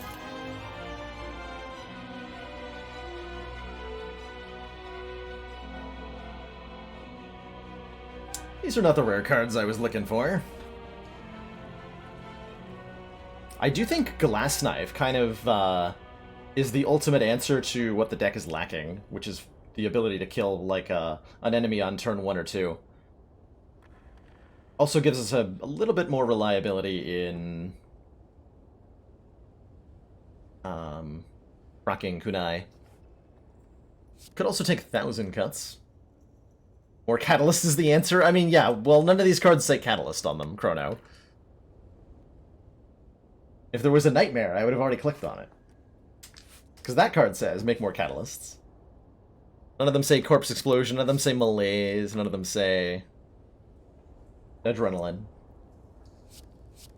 Dapple does give us a free card draw and an energy on the following turn, even if we play it for 0.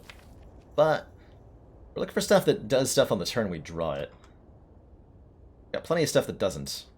Fumes, for example. We can afford to. We know we can afford to upgrade the Glass Knife because of the Toxic Egg, for sure. There's the Runic Pyramid. That, I mean, I have 2 deflect. Yeah, I just take the Runic Pyramid, right? We could, in theory, tank the Curse Key, gain an energy at the start of our turn. When we open an on-boss chest, gain a curse. Or we could take 1 extra card draw every turn, but see a Runic Pyramid, take a Runic Pyramid is kind of my motto, especially on a silent run like this. Pyramid says, at the end of your turn, you no longer discard your hand. And after we get Toxic Egg Apparitions, this is going to be really broken. Letting you hold on to cards for the turn that are most effective. Choke becomes incredible. Catalyst becomes incredible. Deflects become very valuable. It's all good. It's all good.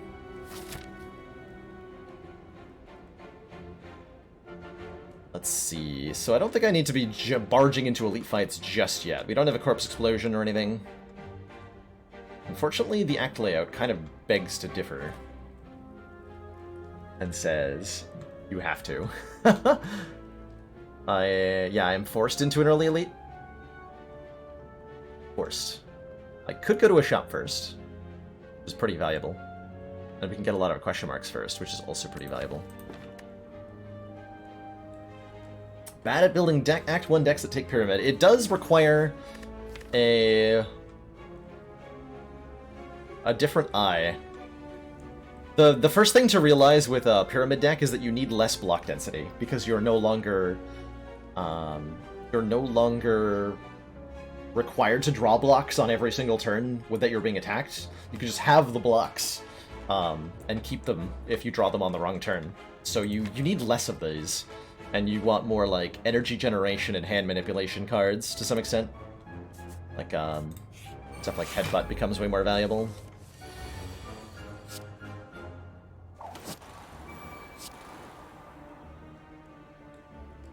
Strip that artifact. Probably killing this nerd with poison. Probably killing this nerd with poison. Especially if you let me choke. Discard becomes a lot more valuable with the Runic Pyramid too, because it allows us to empty space in the hand, which is pretty difficult to do normally. Didn't draw the Catalyst, but I did just draw enough block to just take nothing here. Got him.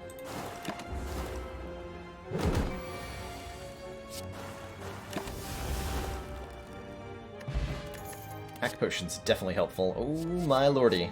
Slice is nice. This is an upgraded slice, 8 immediate damage, helps us proc kunai, goes with choke. Ooh, goes with choke. Backflip is a decent block that gets card draw, but honestly, we don't need more block cards right now. And we don't need more card draw right now. But I think I take the slice. Of all things. We could take Tactician to give us extra energy when we discard it. Currently, the only card we can discard it with is the Survivor, which makes me pretty leery of it. If I had a Prepared Plus, which is definitely a card I'd be adding to this deck, then I would much more happily take a Tactician. But with only Survivor as a discard engine, I'm not going to pick it up. And these are both really good potions, but this is also a really good potion. A very good potion. Discard the weak pot. And then if you fight Book of Stabbing, I'll regret that choice.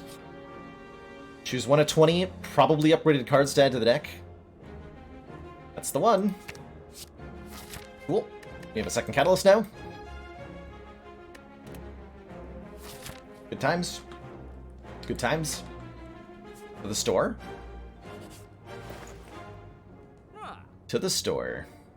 Oh, Concentrate Plus. Discard 2 cards, gain an energy. Now we're talking.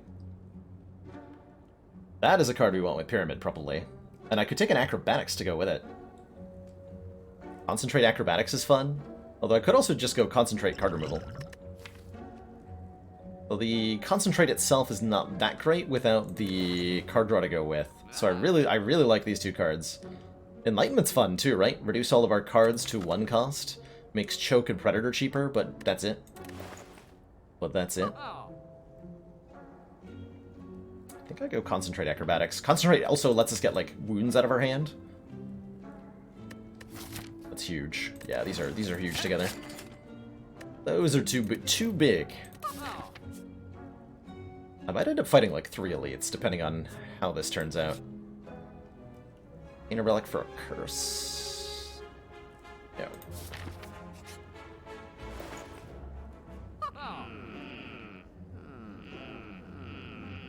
Oh, that's rude. This shop was rude. Man, that was a rough series of 2 question marks. We got nothing out of that at all. Alright, well, elite time? Elite time.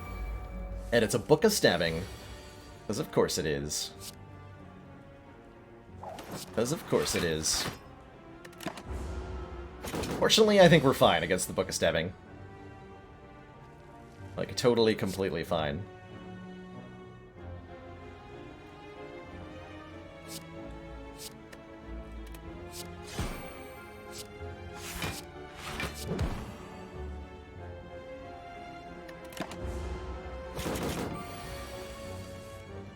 Okay, but where's my deadly poison, though?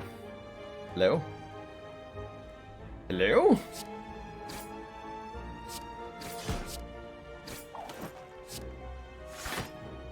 Really discarding fumes here? Yes.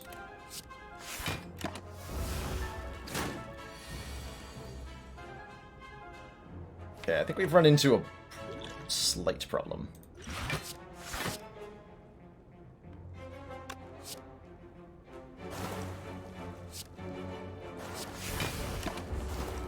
Now we're fine. So 27 goes to how much? 27 tripled is... Oh, I can't do math. God damn it. Math is 81, and then 81 plus 12 is 93, so I would have to use the attack potion to score a kill.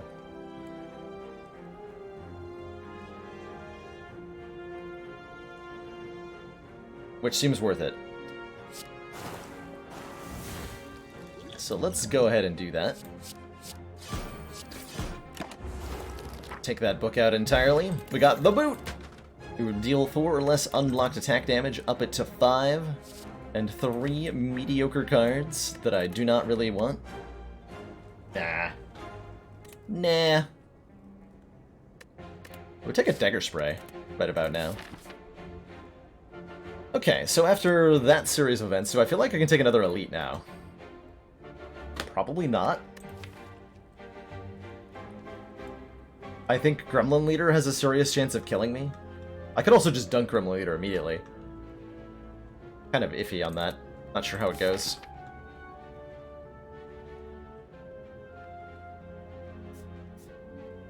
Just taking more upgrades seems totally reasonable. Like, this deck is kind of flawless. In that it just needs some more poison and stuff. We do want to take more hallway fights though, because we want to be looking at cards with this Toxic Egg. So I think that's our planned method of improvement. Let's go fire and then just fight some stuff.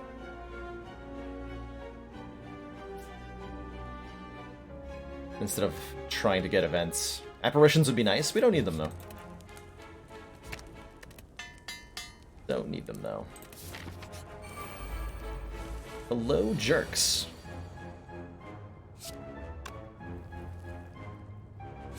How are you today?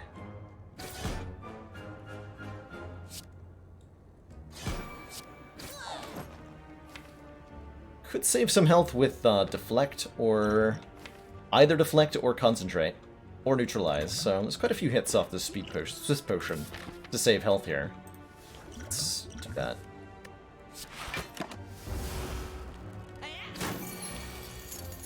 Save 5.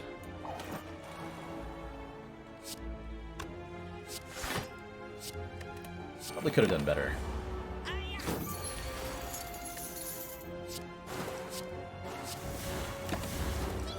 Blah. Setup plus.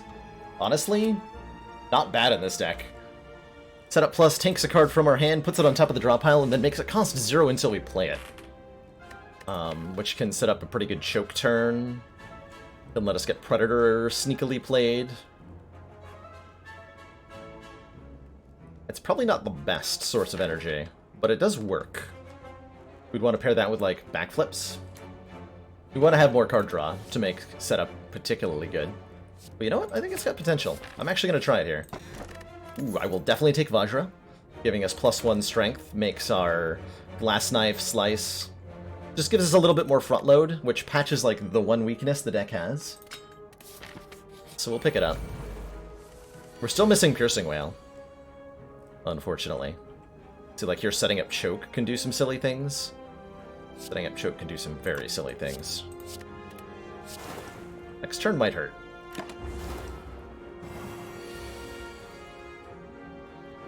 Unfortunately so. I can only block 12 of this, even if I play 4 defends. Rude.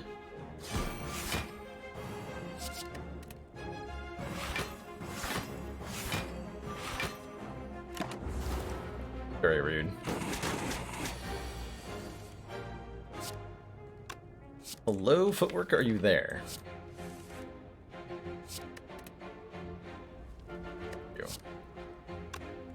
There's no way I'm scoring a kill, right?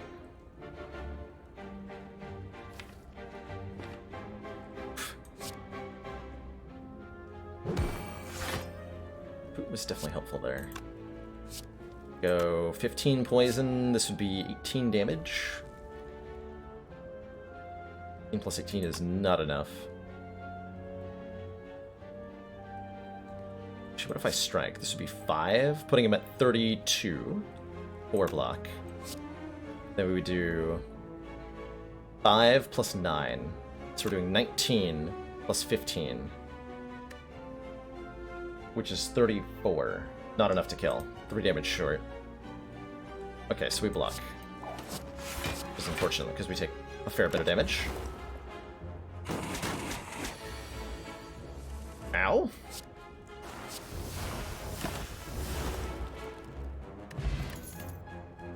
Yes. More poison to get this. This strategy kickstarted. Sounds excellent right now. So we will happily take a Deadly Poison plus. Still would have preferred a Crippling Cloud plus. Having a hard time here. Or are we? Driver Strike is 14, almost a kill. I don't actually want it to be a kill.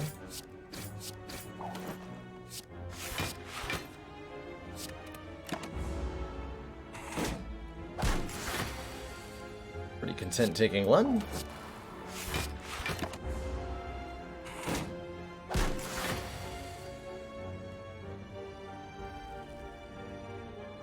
Deadly Poison Catalyst is not 74 damage, unfortunately. But I can get us started here. And then Catalyst kills next turn.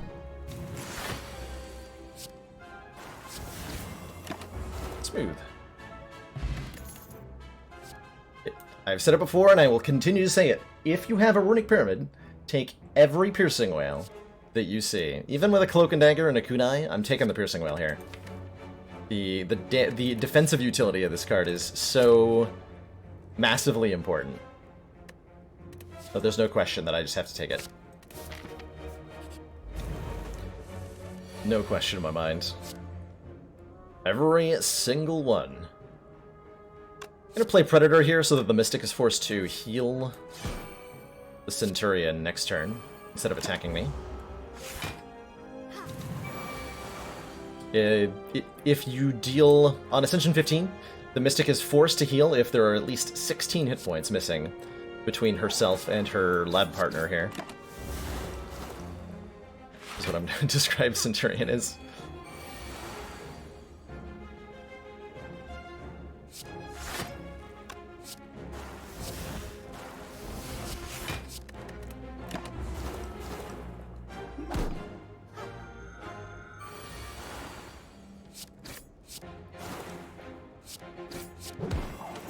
Definitely now feeling the lack of weaken in this deck. Leg sweep, please.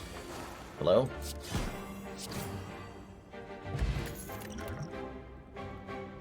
Backflip's pretty good now that we have a setup. We're looking for some more card draw, having added these two cards. So backflip's good. Terror's interesting. 0 cost vulnerable. Lets our attacks hit a little bit harder, but we're mostly, like, if we're setting up against a particular enemy, we're doing so with poison. So I'm gonna take a backflip here. We're gonna now upgrade Neutralize for the additional weaken. Whoa. Oh, crap. Man.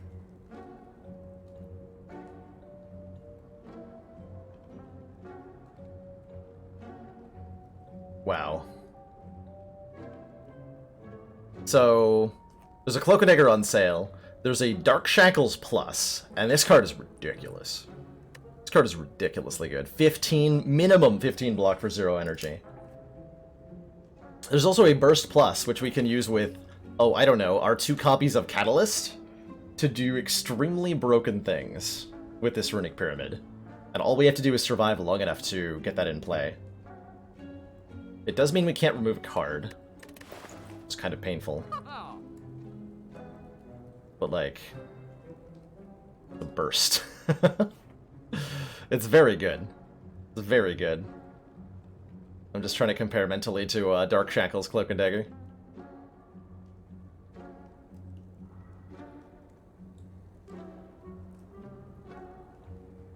Hey, Goo, this is indeed Toxic Egg Kunai Pyramid Silent. It is indeed. It sure is. Mr. Shopkeeper, can I please open a line of credit at your store so that I may buy everything I want? Burst is so strong. Burst is also defense, because I can burst defensive cards. It's a burst plus? I gotta. I have to. I have to take that burst. We're just gonna beat the Lecter so hard. With burst here. We can draw it at the right time.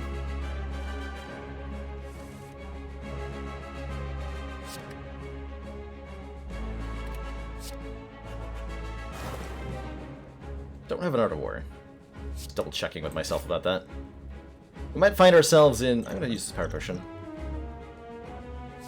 Order. Might find ourselves in situations where...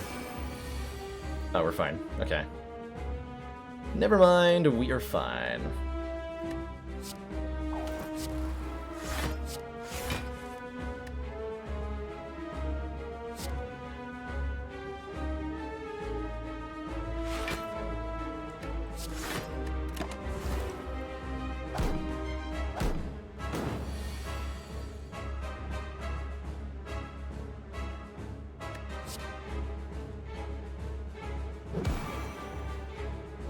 Go defend, defend, defend. Set up the burst. And this fight is, I believe, over now?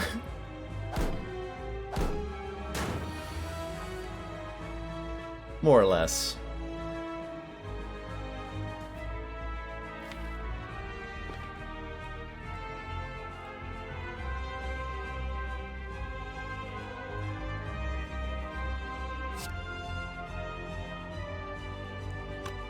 More or less.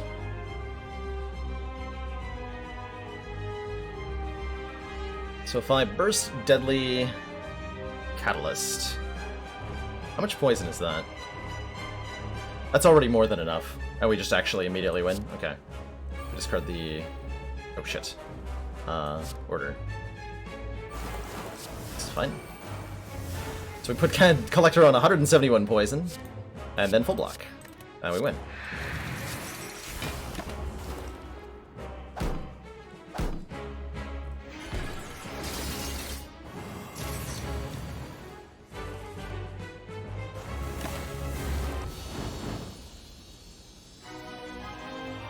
Good fight. Super taking adrenaline here. Although Storm of Steel Runic Pyramid with Kunai is kind of cute. Kind of cute. We just want to be able to draw faster into Burst Catalyst so that we can progress to winning the fight. We're now looking at a deck that kills Transient quite reliably with this adrenaline, and doubly so if we get an Energy Relic here. Doubly so if we get an Energy Relic here. Oh my. Well, those are Energy Relics. My plan for A16 is probably swap my Boss Relic, and we'll see what happens from there, Pains. Or swap my Starter Relic for a Boss Relic. Unless there's a Rare Relic start, and then I'll probably take that.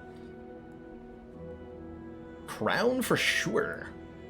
In an energy, but future card rewards have less cards to choose from. I'm feeling more like a Coffee Dripper for sure. We certainly want an extra energy. It makes the extra energy makes getting cards out of our hand a lot more reliable, which is really important right now. And we still want to be able to look at cards, because with Toxic Egg, there's still a lot that we could benefit from. Wraith Form, more Adrenalines, more card draw. Calculated Gamble, especially. We would really, really, really like. Leg Sweep, Rippling Cloud, all that stuff.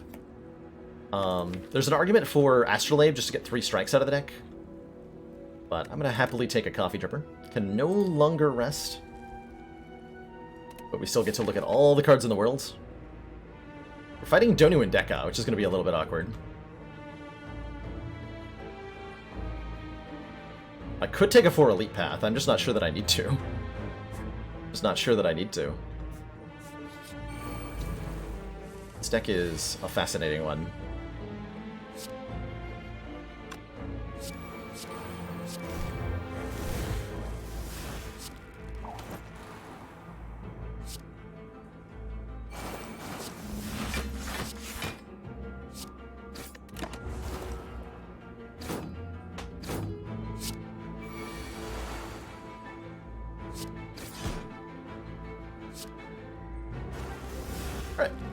Fight against 1 Spiker.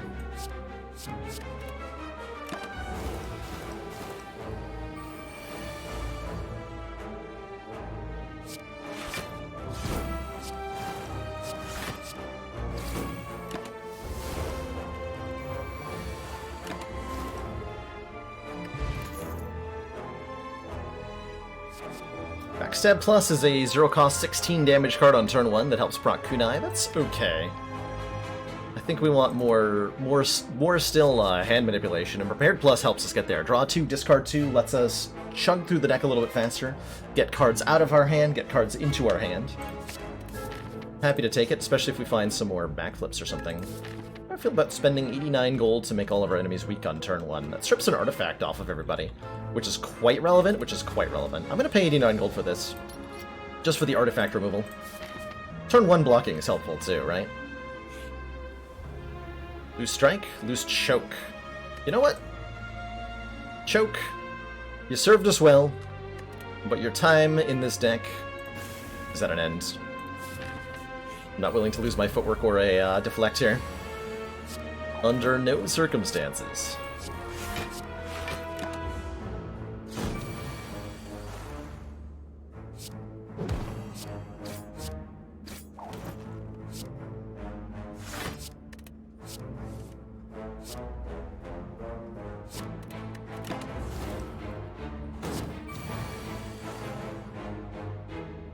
Under no circumstances.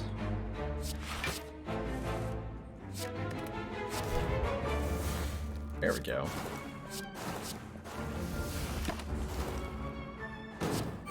There we go. Act potion's nice. Second acrobatics. Now that we're on 4 energy, now that we have prepared, now that we have adrenaline, now that we have set up and concentrate, I will happily take a second copy of acrobatics to help us ensure that we can find the winning combination of cards as quickly as possible. Just ASAP. I still think I'm just like prioritizing events. We'll fight this elite and it should be fine. Should be fine.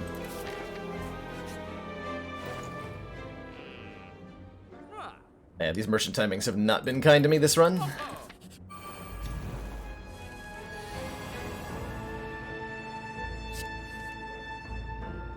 They have not been kind. Okay, Reptomancer's a little bit dangerous. I think I'm going to use my attack potion here on turn 1. It's not the greatest.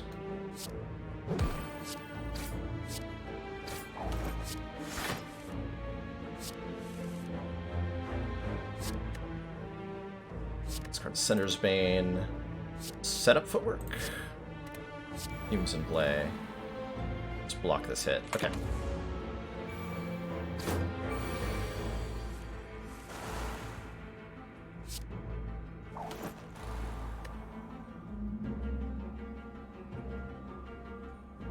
That's part of what makes the ladder climb fun to me, is that like the tension builds up as we get on a longer and longer win streak in all these wonderful ways. Poisoning you. I can just block this hit. This dagger is suiciding with its attack, so I can just block it.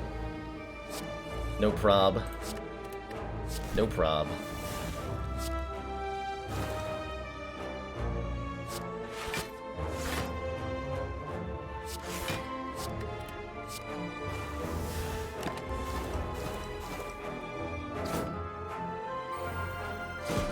Poison and block cards. That's my deck.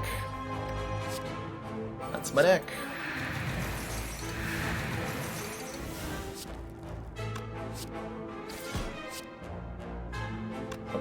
Yeah, that's fine. I proc. That's why we added the Piercing Wail.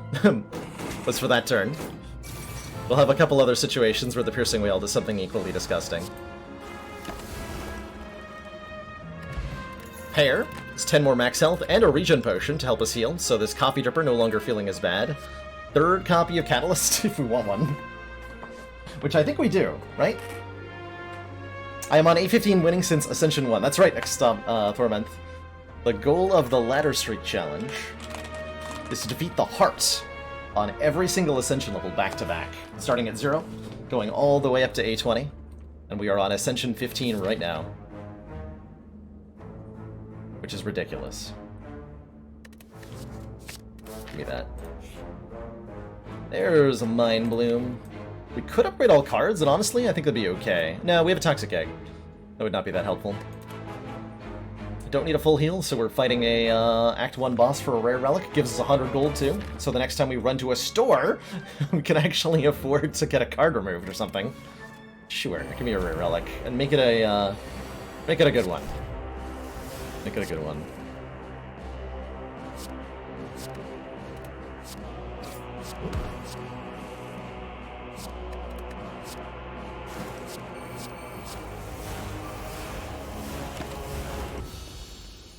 Rip. Hey, it's the newly nerfed Cloak Clasp.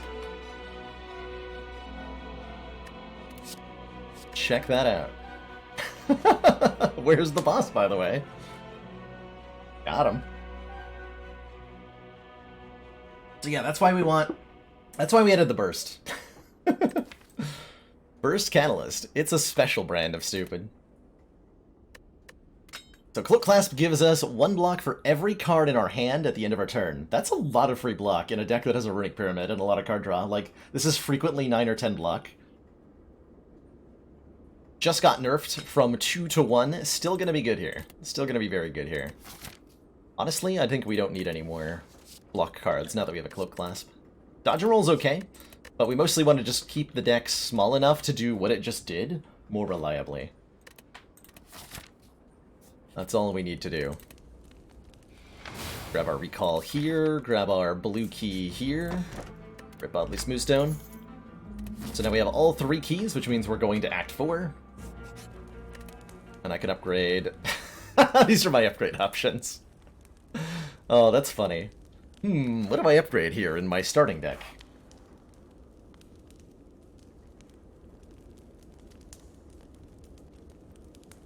What do I choose to upgrade? I think Survivor's probably the best one, although the Defends are just fine. I'm not upgrading a Strike, so it's one of the block cards. Make it the Survivor. We'll make it the Survivor. Transient! Oh, I'm so happy to see you here. So, Transient is an enemy with a 999 hit points. Every time Transient takes attack damage, Transient reduces its damage output by... Well, not attack damage. Anytime Transient takes damage, period, Transient will reduce its damage output by an amount equal to the damage dealt. Just set up my backflip. Make that free.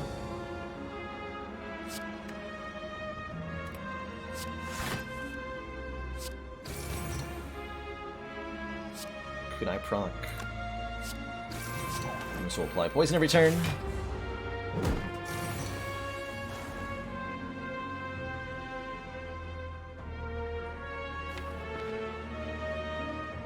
So here's how silly Burst Catalyst is. Transient has 3 poison. And that's actually, I think, enough.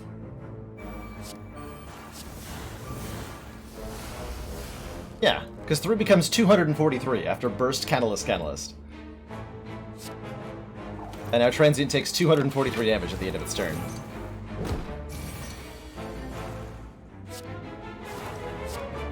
Now it has 756.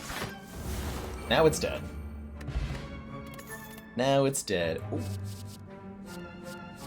Oh, that's actually a hard choice. You're just trying out the new character Blind Fox. What would I say are key cards to make her work? Upgrade Wrath in your starting deck. This is a big one for getting through Act 1 and Act 2, making that, I'm sorry, upgrade Eruption in your starting deck so that you can get into Wrath stance more easily. And look for ways to switch in and out of Wrath and Calm quite a lot. So cards that exit your stance, cards that exit Calm, cards that exit Wrath are definitely a thing to build. Is this the elusive Burst Triple Catalyst deck? It sure is. And now it has 2 Piercing Whales. Although the gamble's really good. I do want to point this out. This gamble's really good. Let's fight some elites, eh? Nemesis, no problem. Nemesis is all about,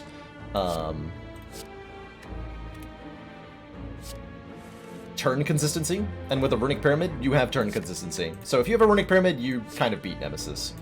It's just that simple. It's just that simple. You kind of beat Nemesis.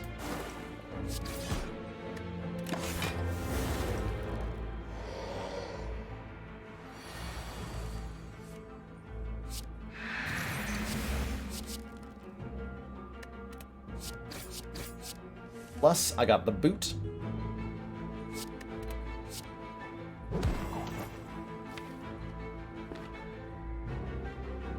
Seems fine.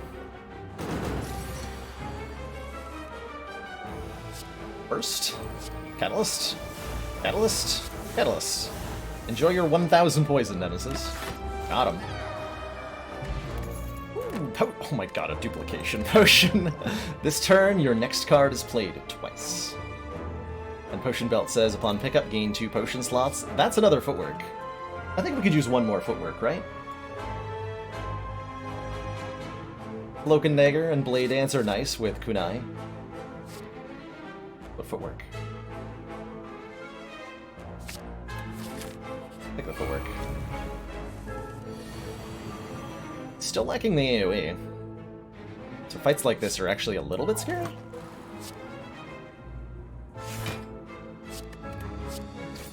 This Exploder will explode in 2 turns, dealing damage. 30 of it, in fact. You cannot... Oh, they're dead. Oh. Rip.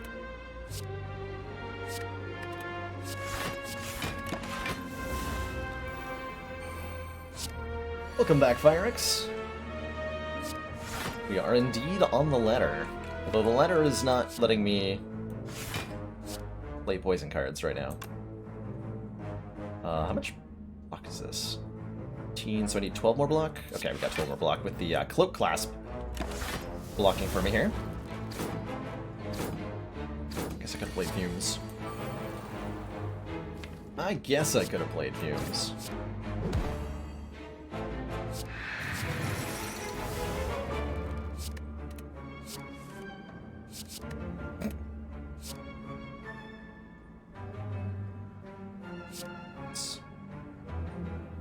Fine. Whatever.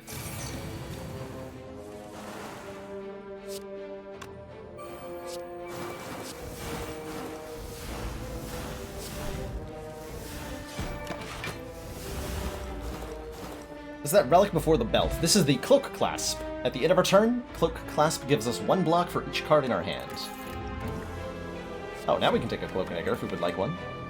Honestly, I think we have enough cards in this deck. Even though these work with the Kunai, I'm not sure they help us. I'm not sure they help us.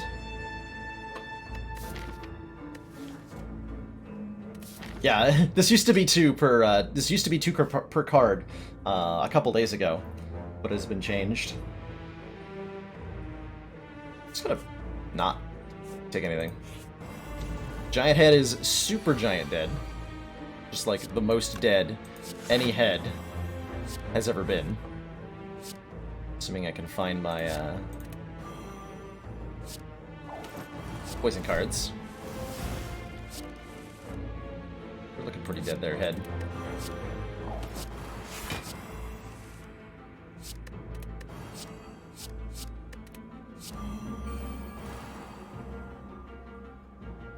We're looking pretty dead, Mr. Head.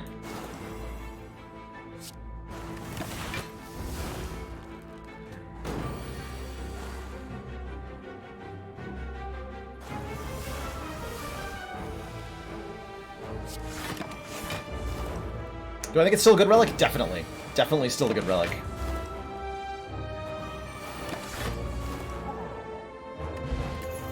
Okay, Meal Ticket will heal us in Act 4. When we enter a shop, heal 15 health. Could take a 3rd Deadly Poison plus. I'm not gonna bother. Not gonna bother. Okay, no recall. Upgrade to defend. And now for Donu and Deka, where we're actually gonna need the multiple,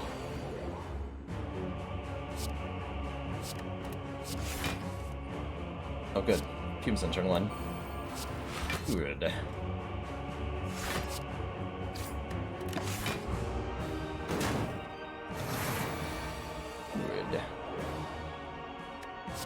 We're gonna need all of these catalysts that we have. 5 burst, deadly catalyst. How much block is that? Or how much poison is that? Seems worthwhile. Yeah, that's good enough. That's good enough.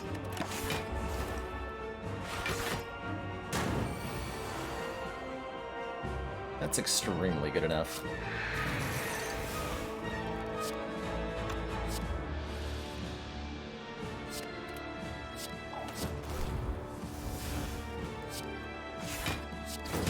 Prevent her from... Yeah, prevent Donu from buffing Deka here.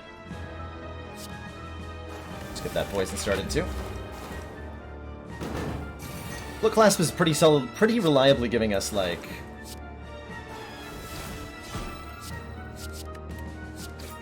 5 or more block on a lot of turns. And when it comes to Act 4, we'll be able to play around it in some seriously effective ways. It's really nice that it applies for status cards that are in your hand.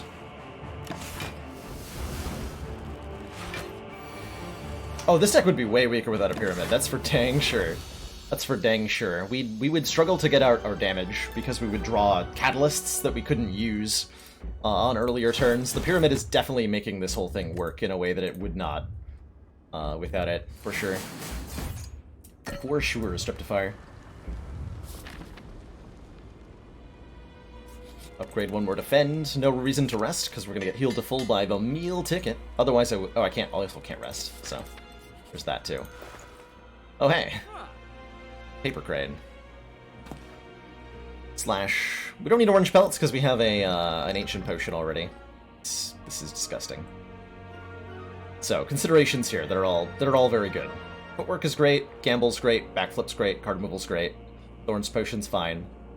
Paper Crane says, enemies that are weak deal 40% less damage rather than 25%, which is very strong. Very strong.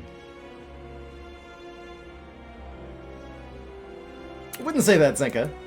If you have not been able to beat Ascension 1 with 30 hours on the Silent, seems like there's a key puzzle piece missing somewhere in your approach. It's also relatively normal, I think, to struggle a lot to get that first win. So, especially if this is your first roguelite or first deck building game. Spire's really hard to grasp at first. Silent, more than the other characters, is a delicate balance between blocking and doing damage. Silent needs to block, but also has to have a plan for killing the enemy. And finding the right balance between those is tough. You definitely want to be making sure you pick up weak sources or dexterity sources when they're available to you on Silent. While still incorporating damage cards like Fumes, Caltrops, even just common attacks are fine. Speaking of, I'm really tempted to just go Paper Crane Sucker Punch here. So honestly, yeah. We're gonna go beat the heart by... We're gonna go with a plan where we don't even need to survive the heart's attacks, where we just kill the heart too quickly. I'm gonna take a calculated gamble, discard our cards, and draw that many. Discard our hand, draw that many cards, excuse me. Remove a strike to thin the deck out just a little bit. And honestly, I don't need anything else here. So I'll take a potion. Which I guess will be a strength potion. No, a steroid potion for the Spire elites. So I have an educational background. I spent several years as an adjunct professor at the college level. What's going on behind me?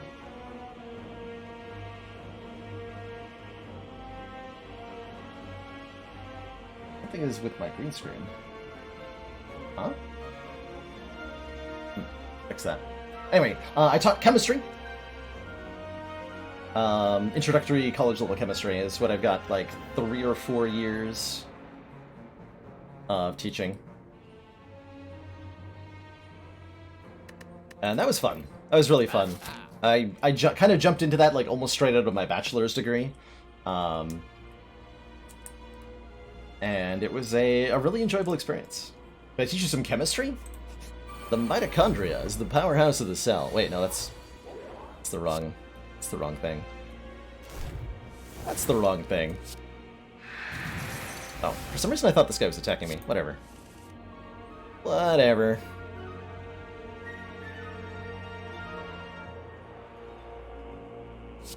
That. I need those cards in hand, dang it.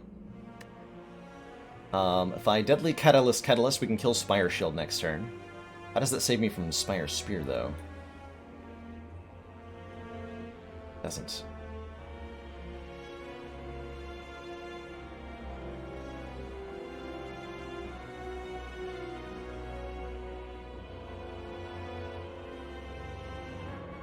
Doesn't. Could've gone the Breaking Pattern route. I've heard it's pretty easy to make. Can't say I've ever tried. Can't say I've ever tried. But I hear from a chemistry perspective, it's not too hard to make certain drugs. Gonna be adjunct teaching and marketing after you get your MBA. That sounds fun, Jake. Good luck with that. Enjoy your educational journey.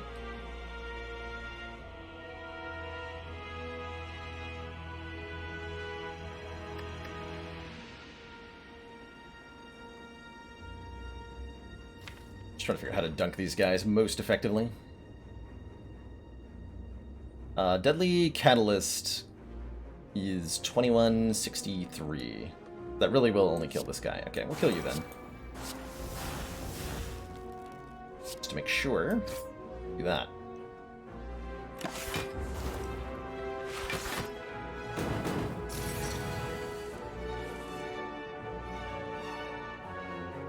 Okay, what silly nonsense can I do? I can just full block pretty easily. Can I?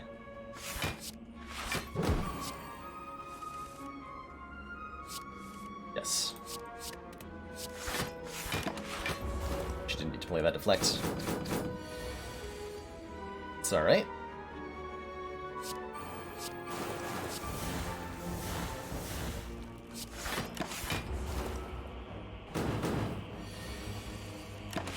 Easy fight. Ninja Scroll. Start of each combat, add 3 shifts to your hand as a free kunai proc against the heart if we want one. If we want one. Which, I guess we might as well. We'll probably draw a block card on turn 1. And maybe I can even gamble them away. Maybe I can even gamble them away. So what are the new stipulations of streaking? Same as before. Raven GR. But we're playing on the beta branch right now, not including the Watcher. As she's still a little bit... still figuring out her balance and all that. So here it is, the Corrupt Heart of the Spire. Whenever we play a card, this thing deals 1 damage to us. It has 800 hit points, which seems like a lot. And can only take 300 damage per turn, which can make things a little bit tricky.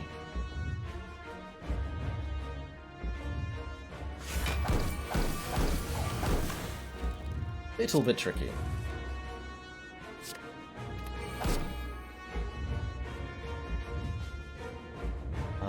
Thinking about bursting this adrenaline.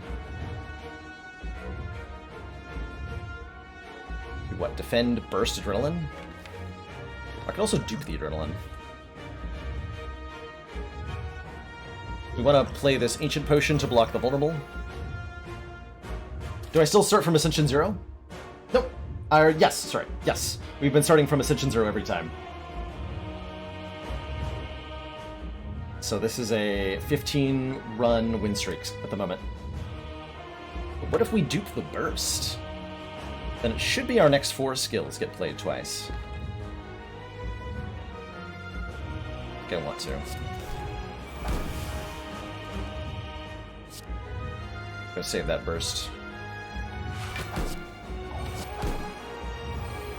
We're gonna save that burst for later.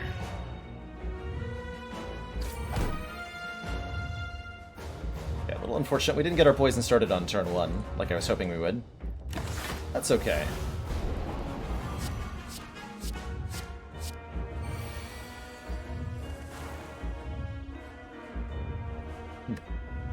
Mildly awkward. I don't really think we care about the incoming damage. We could try to perfect this fight, but there's no need. There's no need to get that fancy. At all. Actually, if we do this, what is this going to go to if we do it 3 times?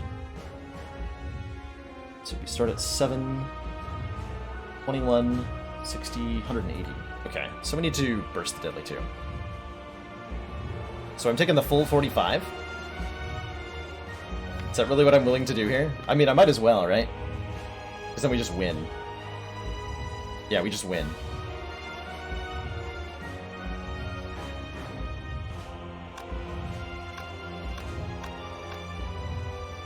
Give the Not a chance. Okay, we'll just take 45 damage this turn. I'm gonna go Burst, Deadly Poison, Duplication Potion, Catalyst, which gets multiplied by both the Burst and the Duplication Potion, so cast 3 times. And the heart is at 459 poison.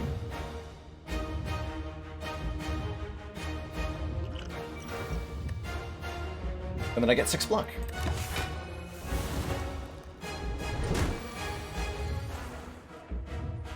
Cool story.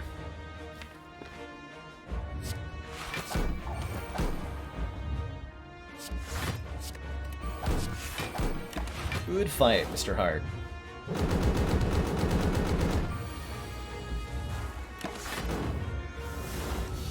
Blorp. Got him. Got him. Do I ever lose an Ascension 0 or 1 still? More often than anywhere else, Derivative. Ascension 0 and 1 are actually, against the Heart, are no joke. This boss is no joke on any difficulty level. And so we have had failures on Ascension 0. In fact, the very first ladder attempt immediately failed on Ascension 0 twice in a row. I was trying to speedrun, and that didn't work out very well. Well, GG Silent. We're back to Ascension 16. This is the defect run where we fell off last time. And we set a new record on the ladder. Pan's getting beaten at A2, well then he's better than I am, because I get beaten at A1. So credit to Pans for making it all the way to A2. It's twice as high as I can make it. Spire sleeps, and so shall I. Alrighty. Ascension 16 says, shops are more costly. Everything at shops, except for card removals, is 10% more expensive. And that means that we have a little bit less money to work with over the course of the run. Doesn't seem that much harder on paper from Ascension 15, but it's the start of a really sharp ramp up in difficulty.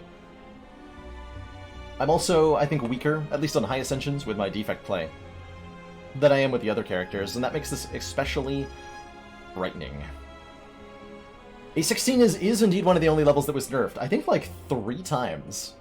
2 or 3 times this modifier has been nerfed. Original incarnation of Ascension 16 that I remember was 25% more prices at shops. So rare relics were like 400 gold, almost. And it also affected card removals. And it got nerfed to 15%, and it didn't affect card removals, and then down to 10%, where it currently stands. Alright, defects. Let's do it.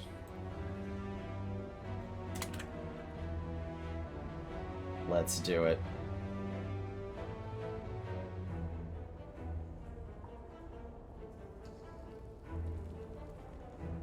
Okay, we can take 100 gold, which could be useful if we have an early shot. We don't. Well, that is just gonna make me probably take a boss relic swap.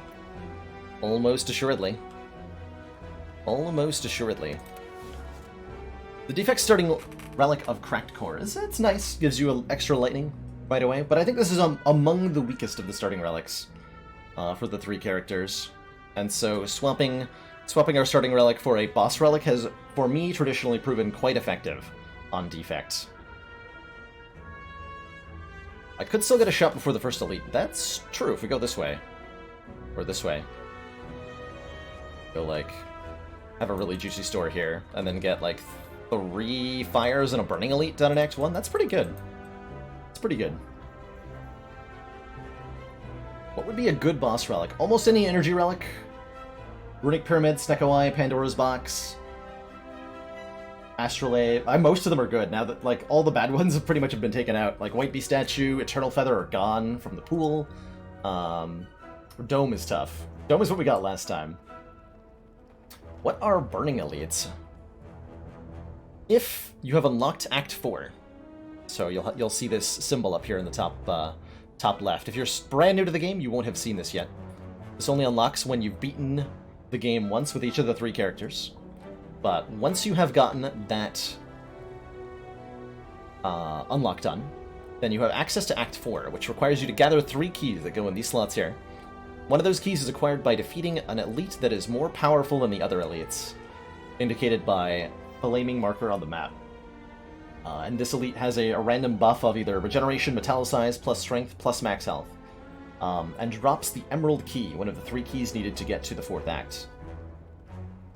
So it is a more powerful elite that we need to fight at least once during our run. I do think this 100 gold, actually, going into the shop, is pretty strong. I'm going to go with the boss relic, ultimately. And we got Astrolabe, which is one of my favorite relics to start with. Transform and upgrade 3 cards. Letting us remove 3 of our starter cards. I'm going to go Strike, Strike, Defend, keeping a reasonable balance between damage and block in the starter deck, and getting 3 different upgraded cards in return, which could be really good, could be really bad. I'm going to call that really good. We got a Equilibrium Plus, gain 16 block, retain our hand. Steam Barrier Plus, 0 cost, 8 block. And Seek Plus. Put 2 cards from your draw pile into your hand. That's pretty dang good. We're already, like, blocking like champions. So we already dunk on almost everything in Act 1 that isn't a Gremlin Knob, pretty much. We do die to Gremlin Knob, so we do need to be careful about that before we find some... We have to find some decent damage cards before we can even think about Gremlin Knob. And so I should avoid anything that forces me into an elite for the moment. Like, this 3 elite path is out of the question, given our current damage situation. But this way looks fine. We're going to start here, hit this event, and see what happens. 1 good attack card, Cold Snap. Yeah, like, this will be our turn 1 a lot of the time. That'll be our turn 1 a lot of the time. We only actually have 3 damaging cards. Strike, Strike, Zap. So I need, with a capital N-E-E-D, need to add more immediately, or we're going to be in trouble.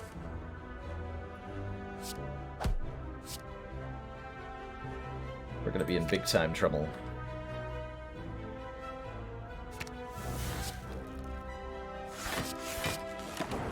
There's lightning orbs out.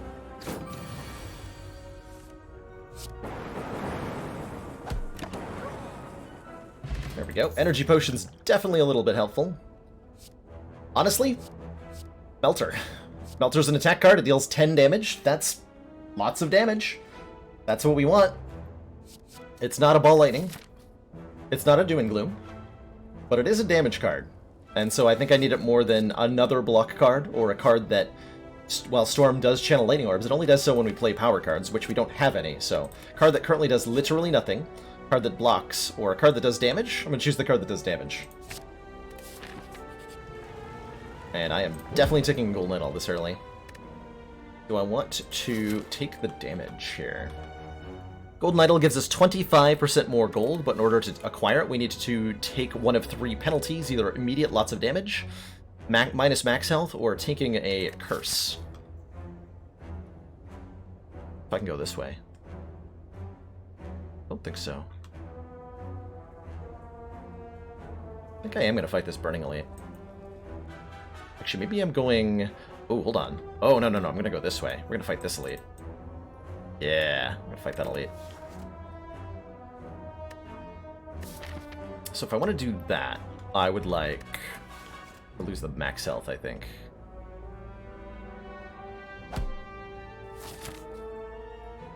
We're going to knock out this elite. Although that means not going to a store. That's fine. We'll be fine.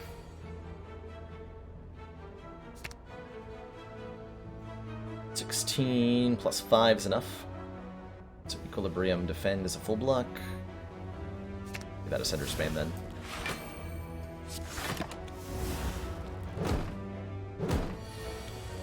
Rude.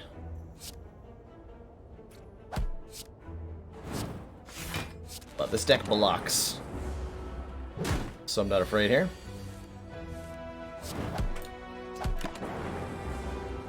We need at least 1 more damage card, for sure. Rebound's fine. Deals 9, puts the next card we play on top. Lets us rebound Equilibrium, lets us rebound Steam Barrier, if we need to. Or just to even rebound Melter is fine. These are not the ideal damage cards, but I will take them, and I will be okay with them.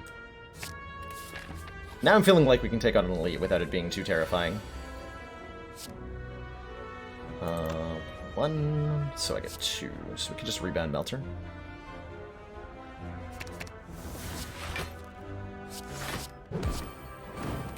Some damage that way.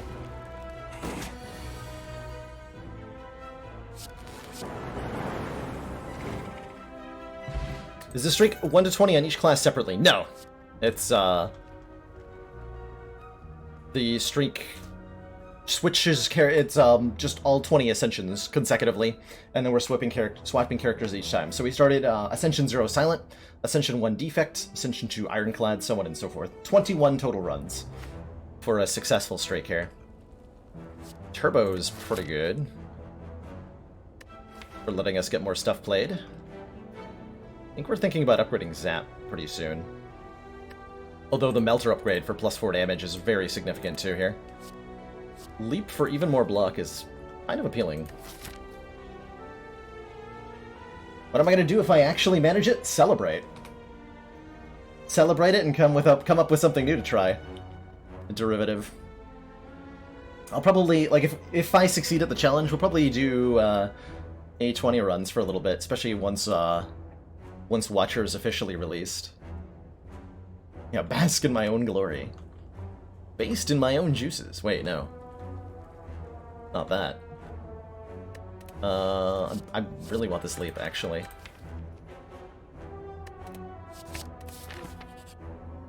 Really want that leap. 12 cards, match him to keep him. Don't give me a curse, thank you. Rip and Tear I would take. Rip and Tear I would definitely take. I could take a Rip and Tear. Or I could go for an Echo Form.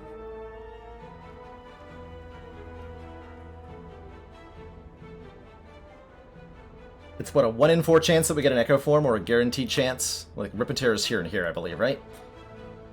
We've looked at everything except these 4 cards. So one of these 4 cards is an Echo Form. Rip and Tear is so much damage. But it's an Echo Form. It's only 1 in 4? Oh, I might have to go for that Rip and Tear. It's the perfect card that we're missing. Some more damage. This is an interesting way to do damage on defects.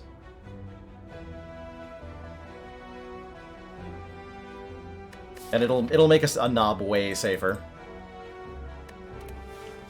Go Rip and Tear. Let's go Rip and Tear. So I'm gonna go upgrade Elite Fight. I could actually, like, I think we're strong enough we can take 3 elites, but I'm gonna go...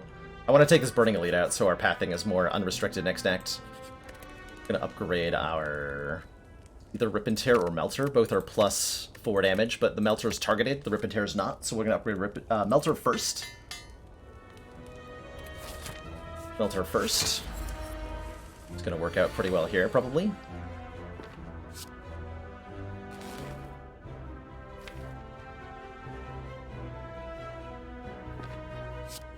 That leap that we added is gonna make Lagavulin a lot safer. This guy definitely tests your ability to block pretty reasonably. Seek that Ascender's Bane, and I'm gonna go... Oh, no, wait. That's the wrong order, right? Yeah, I can't rebound the Melter. Whoops.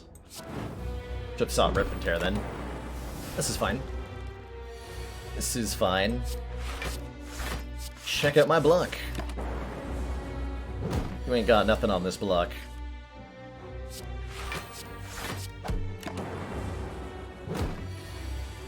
This guy ain't got nothing on this block. For the power. Behold my power. Easy. Easy fight. Juzu Bracelet means we no longer encounter enemies in question mark rooms. We're offered Amplify Cold Snap White Noise. It's our first orb generating card we've been offered. I do like Cold Snap a fair bit. Does damage, Channels of Frost. Deck is the kind that wants some vulnerable in it. Interestingly. Do I always take bracelets? Almost always take bracelet over over not taking bracelets. If it's up against the Sapphire key, then I won't always take it. But I think on average, Juicy Bracelet's pretty good, and there's additional incentive with the Golden Idol, giving us a higher chance of finding the Bloody Idol event. And in general, making our Act 2 events a lot better. I think we take this Cold Snap. We're going to want to add orbs to this, probably. Eventually.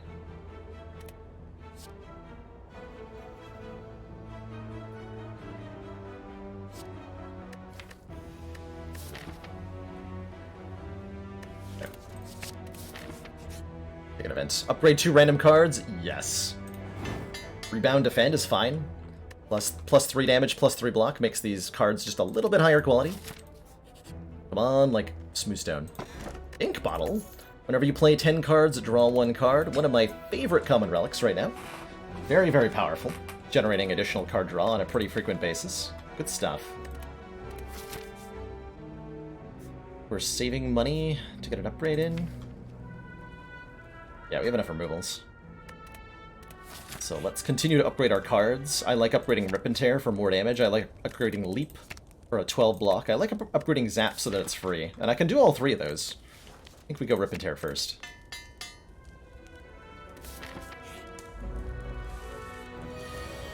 A prob. Blah. This fight's pretty dangerous. 4 gremlins are kind of terrifying, but they're a lot less terrifying when you do this kind of damage. I gotta kill that wizard in 2 turns.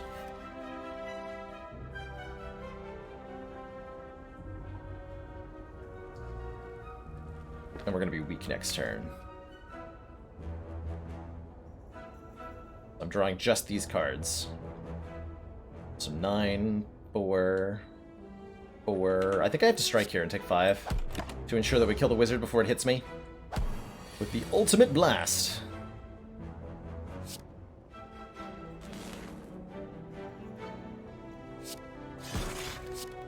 Yeah, we're fine. Rebound will kill it.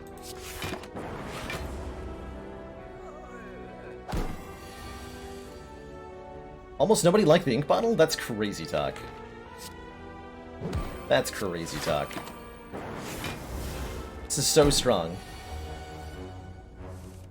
This relic is literally so strong.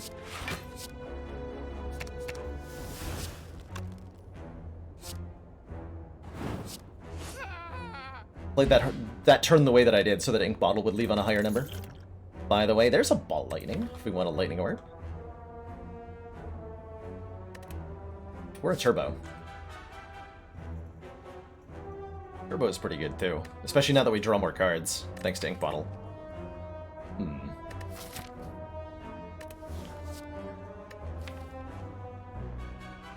So if we get an energy relic, I'm not going to want that turbo. Don't wait on the turbo pickup. How do I feel about a ball lightning? Honestly, like, we have good damage cards. I don't really need a ball lightning. I'm trying to figure out what role a ball lightning is filling in this deck. Slash, what do? Do I take these? The deck is so high quality and highly upgraded, we probably want to keep it small. And just remove more of the starter cards. Like, Empty Cage would be a decent boss relic, even.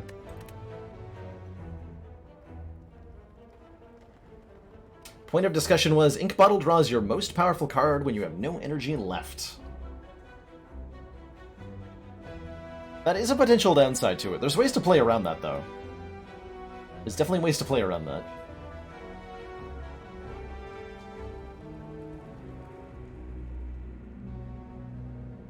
It does a good job of highlighting that it's not always a good thing to draw a card. That's always true. Slash wants the turbo? Alright. I'll try it out. Give it a shot, ski. We're fighting Knob. Well, Knob is the most dangerous thing we could fight. I'm gonna upgrade this Cold Snap. Or no, Zap? I want these attacks to hit hard.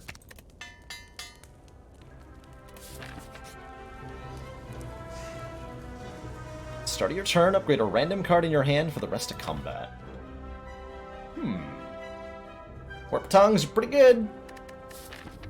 It'll be, you know, with a deck this small and the Retain from Equilibrium, though, we might take a lot of damage from the Pain.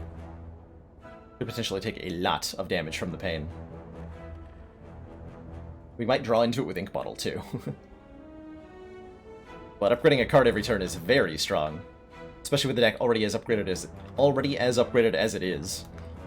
It just, like, ensures that the one unupgraded card that we drew is given a boost. We could just take the one upgrade,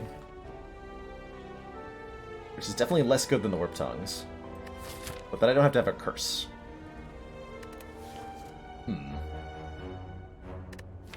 Really hurts to take this upgrade. By watching the Ink Bottle number 4 ending each fight, I'm trying to. I don't think I'll always succeed at that. Maybe I just upgrade Zap. Call it a day. This feels odd. Don't like what's happening here.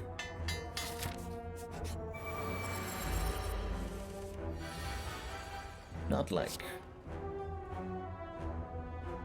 Not the greatest turn to have drawn Equilibrium. That's fine, though. Italicized Sentries will definitely be a long battle. Although, Melter will help here quite a bit. Melter will definitely help here quite a bit.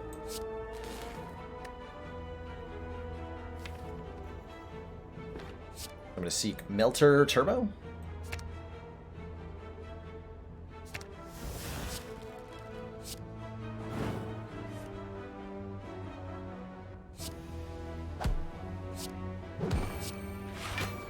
Frickin' got him. Thank you, Ink Bottle, for drawing the rebound there. I guess I could have probably done that without the turbo, huh? Anyway, we should take pretty minimal damage now.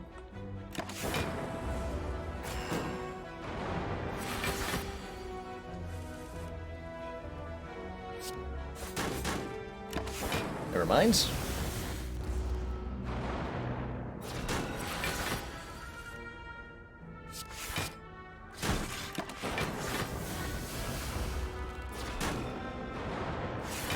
A little bit of an ouchie. All good, though.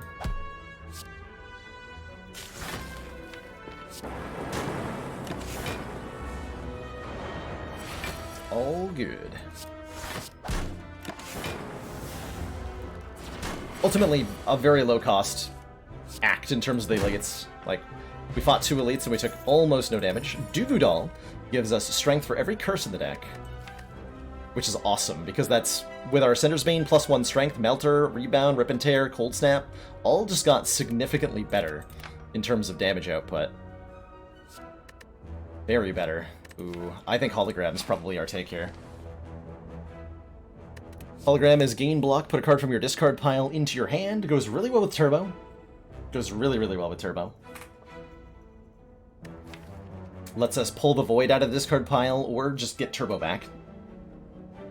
Helps us pull block cards when we need them. Helps us get back our most damaging cards when we need them. Barrage has potential with the strength, but we're still not generating enough orbs, and I'm not, like, interested in generating lightning orbs. So we're in this weird situation. A little bit. Do I upgrade the Hologram or the Turbo? Definitely upgrading one of these two. Or Leap. Leap's good, too. We upgrade the Hologram first, and then if we don't get an Energy Relic, we upgrade the Turbo.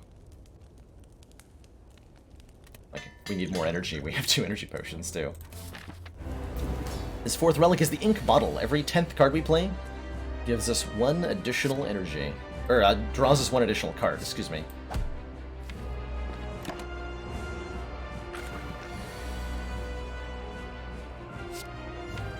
Let's see, Cold Snap first. Put the Frost Orb in front in case we need to dual cast it here. I'm probably going to be trying to block this hit, depending on whether we get a split. No need. By Hologram, I can rebound Melter and do a lot of damage here. Or I can look for a better split by going, like, Hologram Equilibrium. Ooh, actually, yeah, Hologram Equilibrium. Let's use an Energy Potion here. Hologram Equilibrium.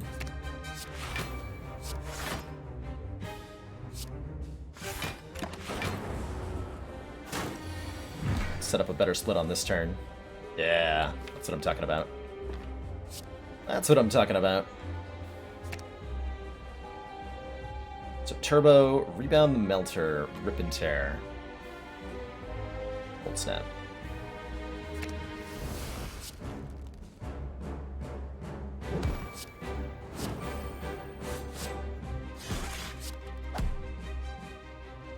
How's that for a split?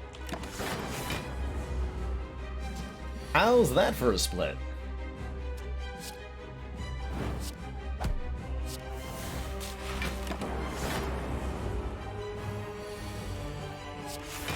You, sir, are a murderer. Murderer of slime bosses. Even totally intentionally set up the ink bottle. Ooh. Now there's a reason to go orbs if we have a biased cognition. And we gain 4 focus. Orbs get a lot better. Orbs get a lot better. We can also take another copy of Seek here. Then we have 2 Seeks, which is a lot of Seeks.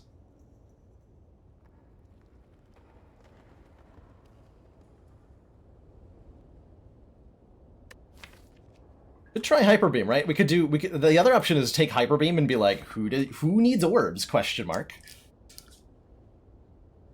And that is great right about until the heart. That's hard to beat heart without orbs. It's not impossible, but we would need some really weird scaling mechanisms to be able to beat heart without any orbs. This deck would really appreciate a Hyper Beam. Like, we would obliterate Act 2 if we took Hyper Beam here. With Seek and Rebound, we can just kill Triple Slavers on turn 1. We can kill Gremlin Leader very easily. There's plenty of ways to make Bias Cognition permanent. It's very early on in the run. We can find Orange Pellets. We can find Clockwork Souvenir. There's lots of ways to do that. And yeah, taking Hyper Beam is also not saying no to orbs for the whole run, but it is saying no to Biased Cog, which is definitely diminishing orbs in our eyes. But man, Hyper Beam will do disgusting things. Like right now.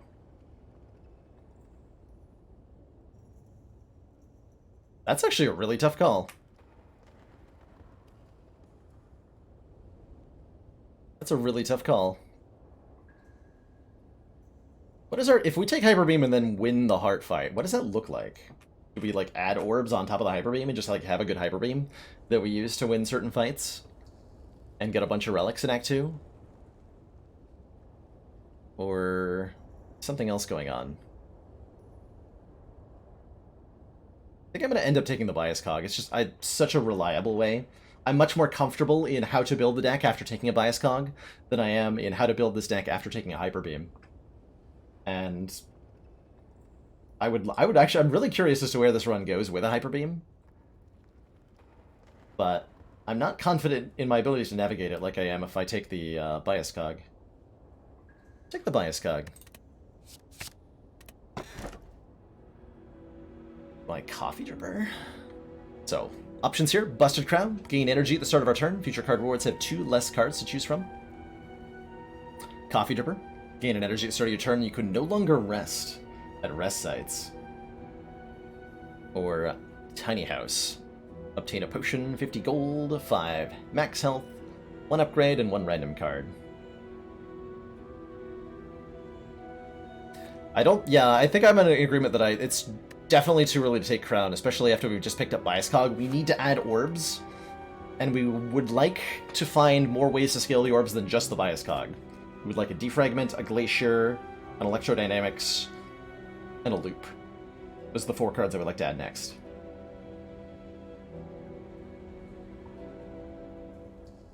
We have a Juzu Bracelet and a Gold Nettle, so there's a decent chance that we get, like, Bloody Idol. That's a consideration. Skip. Skip over Tiny House. I like it. I like it.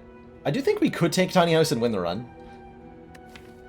But man, do we really appreciate an extra energy right now. Take the Dripper. Take the Dripper. Especially with the ink bottle drawing us cards. Alright. Immediately gonna go to a shop, and then 3 question marks. Oh my. Is that what I want to do? Or we could do several elites. Could even do more elites this way. Not have preserved insect that was last run. Okay. So no matter what, I'm gonna go to this shop, and then these 2 events. And then we'll figure it out from there. And we'll probably get a bloody idol or something. It's gonna be great. It's gonna be great. Actually, help me. Okay. Come on, Melter. Come on, Melter.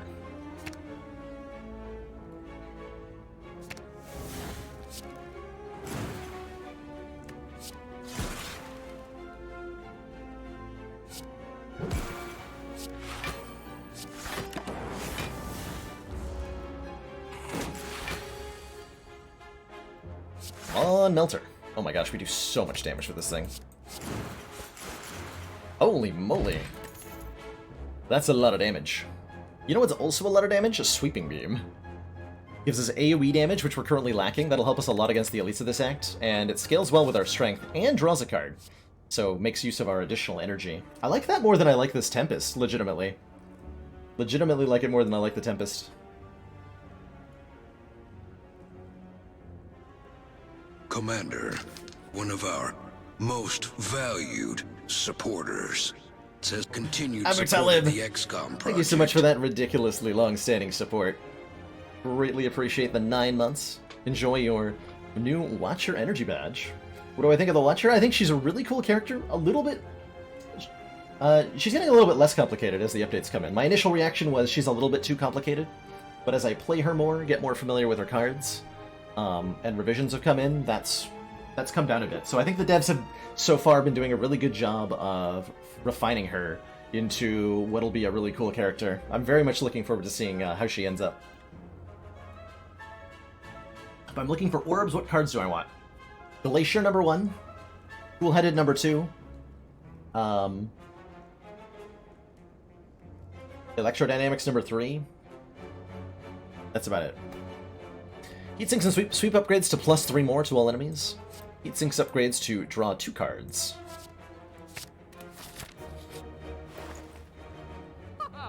Oh, interesting.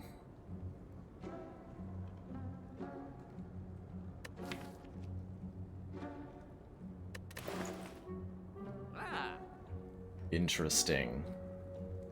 Very, very interesting.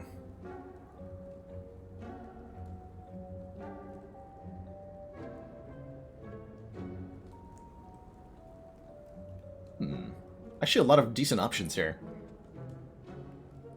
Prayer Wheel's kind of cool. Normal enemies dropping an extra card award means we can find those orb cards we're looking for much more reliably. Medical Kit lets us play status cards. Doesn't really help us with Void from our Turbo, but it will help us against burns, wounds, whatever. We can take a Happy Flower every 3 turns, gain an energy. We can remove a card. Tempest is on sale. Barrage is pretty cheap. There's a Flash of Steel for a little bit of damage. 4 damage to draw a card. Or Panache. Every time we play 5 cards in 1 turn, deal 10 damage to all enemies.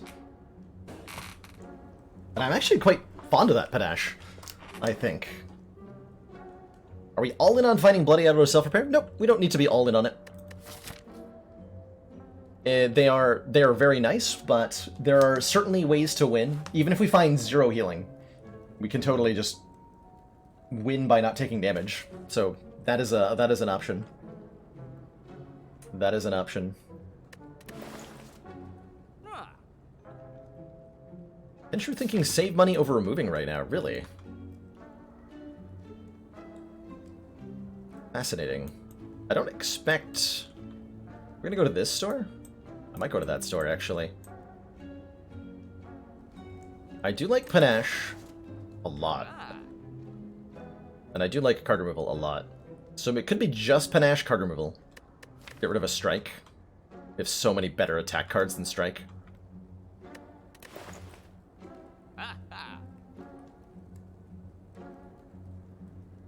Ah, so you're thinking we're gonna get one from the question marks. That's very fair, considering the Juzu bracelet.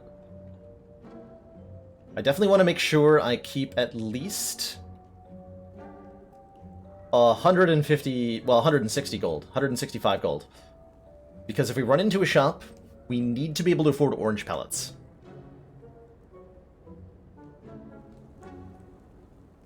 That's a must.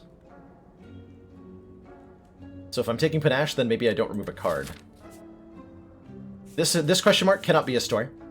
You cannot find a question mark immediately. You cannot find a random store immediately after a regular store. But these two could be. And then I'm going to go this way if I don't get a store. For sure. Yeah, we're going to go that way. So do I want panache? I could also just removal and leave. Why do some potions sparkle? Potions just got sparkly bits added to them. Uncommon potions have this little faint sparkle to them. And then we haven't actually seen a rare potion today. Commander, but those have a new we've just sparkle effect as received well. the support of another council Ashandai, thank you so much for that tier 1 sub. Welcome to the council. Enjoy your new emotes, the community, and bound smug sense of superiority. Did you all know that subs, at the end of the day, I tally up subs towards that living expenses goal that lives at the top of the stream right now? If we hit it in the next 24 days, then I'll be doing another month of streaming 6 days a week in October into November. Currently, we're doing 6 days a week streaming at least until October 10th. And then after that, who knows? Who knows? Yeah, so saving money is an interesting consideration here. Can we reliably play 5 cards a turn? Definitely. We have 4 energy. We have 0 cost cards in Zap, Steam Barrier, Turbo. We have a lot of card draw between Sweeping Beam, Hologram, Seek, and the Ink Bottle. I think we can definitely play 5 cards a turn very reliably. What day do I not stream? I don't stream on Fridays currently, because humans need break. Like, working 7 days a week is tough on anybody, no matter the career. And even though I am sitting here playing video games, I'm on camera, got bright lights pointed at me. My neurons are firing constantly. I'm trying to play a very hard game and talk to people at the same time. It's exhausting. And that means human time is needed to recover. Some streamers do 7 days a week, and more power to them, but it is hard. It is really hard to do that. And I've also seen a lot of folks burn out trying to. My goal is to make a career of this, to be able to do it for the thing that supports me for a long time. And if I stream 7 days a week, I don't know how long I could do that for. I don't know how long I could do that for.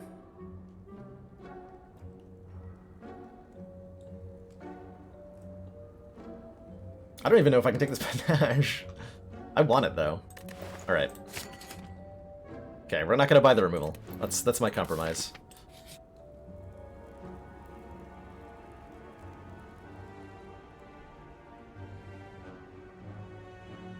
Obtain a special relic. Lose golden idol. This gives us the bloody idol whenever we gain gold.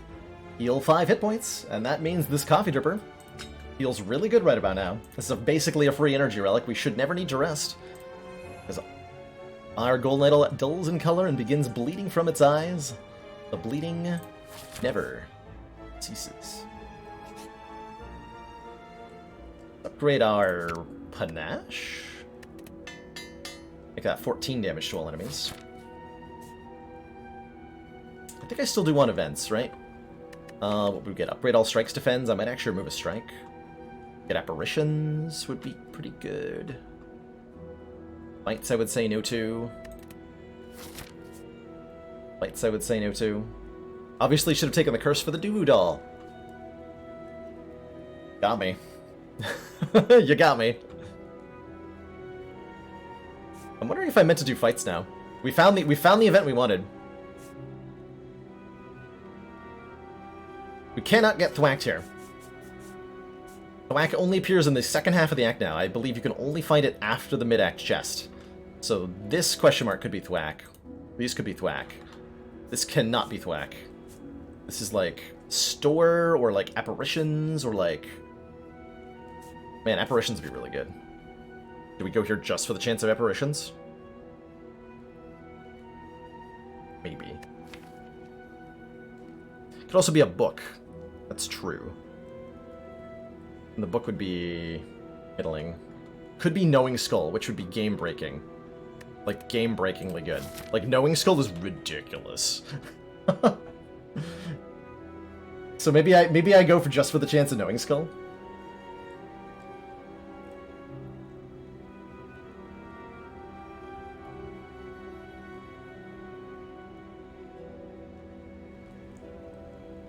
I think I gotta. Long line of hooded figures. Okay. You can take 50 gold or a ritual dagger, which is pretty good right now. What is Knowing Skull? Knowing Skull is an event that allows you to trade hit points for one of several boons. As many times as you want. Like, what is it you seek? What is it you offer? Your choices are, you can take a potion, money, a colorless card, or leave. And all of these options cost 10% of your max health. And if you have a bloody idol, you have the bloody idol.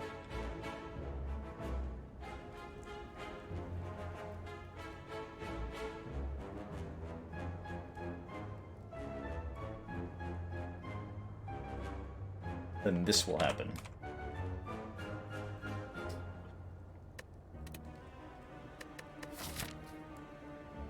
And Sacrificial Dagger is pretty good.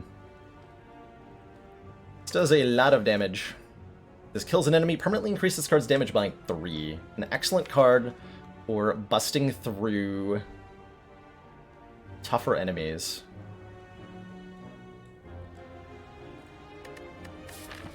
$50 gold's pretty good too, though.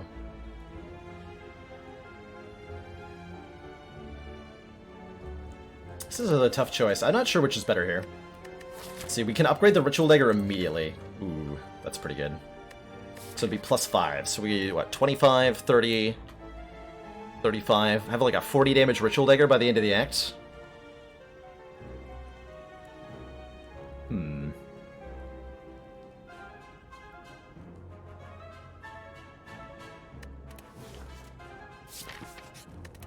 Let's do it. Oh yeah, the money would have also healed us, by the way. Cute. Ow!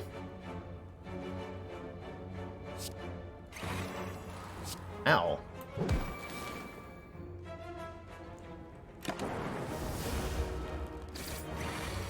That's not good.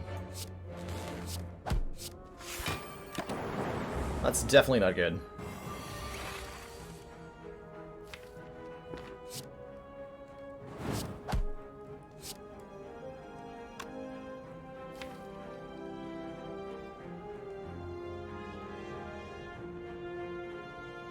By dual cast, that'll be 20. Ritual Dagger would be not enough to kill.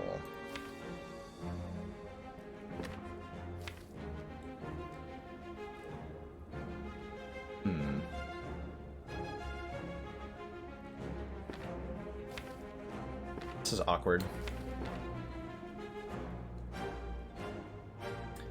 Now that we're hexed, anytime we play a non-attack card, we shuffle one dazed into the draw pile.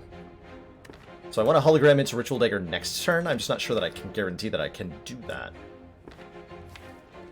28. Will be weakened as well. Oof. Alright, I'm just gonna end turn here.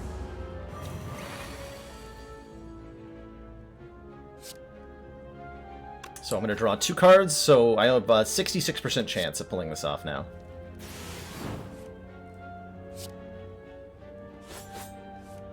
Good. We heal 5 whenever we pick up gold. Loop. Starting your turn, trigger the passive ability of your next orb. Is great for starting to put together some orb scaling here. Still looking for another frost generating card, but this will help us generate block a lot of the time. Pick up a loot. Uh-oh. Okay, that's not good. Probably want this for the elite fight. This fight might hurt me a lot.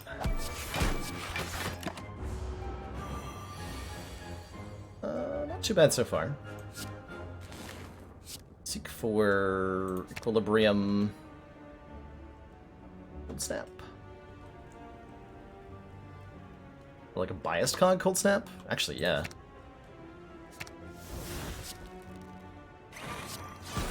Got some really powerful Frost Orbs in play here.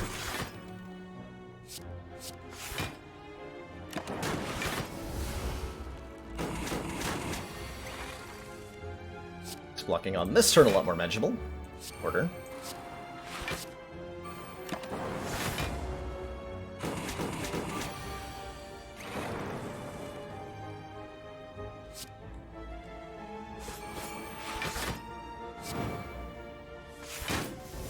Okay, not too bad. Got a regen potion. Oh boy. Let's take that over an energy pot. Cycle lets us exhaust a card to gain energy equal to its cost, which is pretty appealing. Pretty appealing. When is a special game night with a vote happening? Oh, speaking of, thank you for reminding me about that the other Thomas. Did you know, what is it, exclamation point vote? Did you know that we're collecting votes for a game that I will play? We've collected suggestions over the past week, and now it's time to vote on which. Oh, it's been auto-posting? Well, here's an actual me highlighting it. 2 more days left to vote on what game I'll play. After the voting ends, I'll figure out a date for that game. Actually, don't know what the... Am I allowed to look at the results without voting? Seems unfair for me to vote. Seems unfair for me to vote. I'll skip these cards. Recycle's kind of nice, but I'm gonna skip it. Can you vote as many times as you want? No, that would, I think, defeat the purpose of voting. I would believe that that would defeat the purpose. The boot, or like the sapphire key. Got him. I'm gonna upgrade this bias cog at some point, but I think right now I need to upgrade sweeping beam for more AoE damage.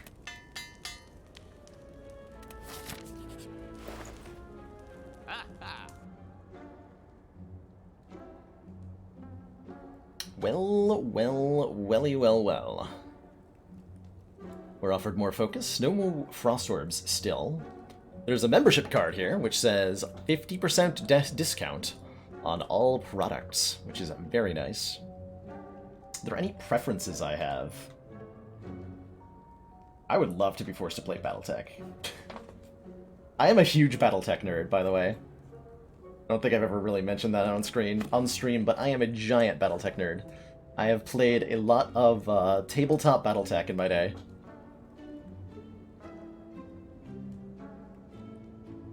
Yeah, that is a cheap card. I also played a couple hundred hours of Factorio, and that's a fun one too, for sure. For sure. The VIP Smugness. If I do card, well, we're buying membership card. That's just happening. I cannot buy defragment and a card removal, and I think I actually value a card removal more than I value this defragment. I think. Is that true? Is that true? Pimp the Humble Monthly. Did you know? Oh yeah, Battletech is in the new Humble Monthly, I think. That's right. And if you sign up with that affiliate link posted in chat for Humble Monthly, then you can get a Battletech, which is a sweet game, for like, what is it, $15? $12? I don't know what Humble Monthly costs. And support the stream at the same time. Yeah, this orb thing is not taking off. Hyper Beam. Hyper Beam. Really not gonna buy a defrag? That feels weird.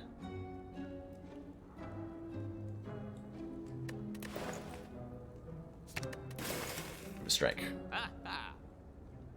We'll remove a strike. Alright, elite number 1. I upgraded Sweeping Beam just for you, and I drew it on turn 1. That feels really good. Also gonna Strength Potion. No, I'm gonna this potion. Okay, that's a little unfortunate. But I didn't draw anything else that does damage or anything. But at least Grum Leader was attacking me on turn 1, so that's nice. I need to kill at least one of the minions this turn. Hologramming Sweeping Beam seems like a really good way to get that done. Let's do that. Cool.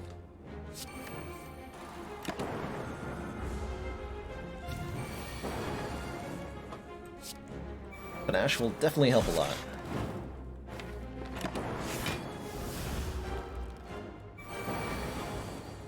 Ten times 3. Fortunately, we drew a Seek. So life is nice and easy. I'll take... what do I want here? Equilibrium. Block for 10 times 3. 7, 8. That's enough. Oh, that's just enough? Well, that's convenient. So let us have Hologram next turn. Seems great. Ritual Dagger, if kills a minion, still gets boosted. So that's good. I forgot that Panache was going to go off. I completely forgot I had Panache in play. My bad there. Whoops. My bad there. Whoops.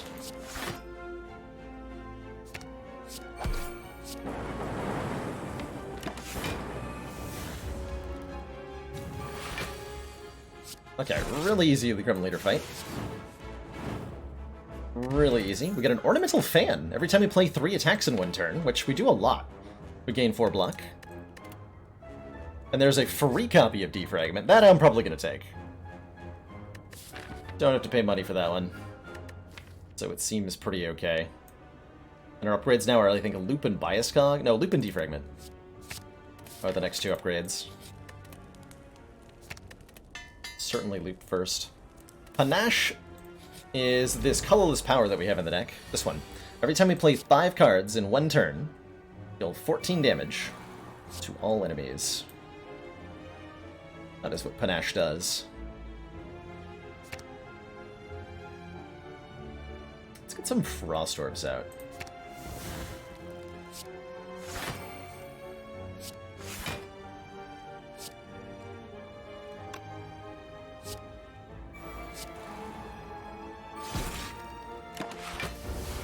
So we can do a huge amount of additional damage as long as we can try to play 5 cards on a turn, which we can probably do pretty successfully here. Yeah. I think I was supposed to Strength Potion here. Oh, I was definitely supposed to Strength Potion here. I killed the dagger. I think I get him with a Panache after the dagger kills him. Or after the dagger fails to kill. Unfortunate. So let's see, if I Rip and Tear Melter, that's 35, 66 damage. Yeah, that's actually not going to get there. Okay, so I'm not going to play Ritual Dagger. Just going to take my beats, take 14 damage. Oh, that helps.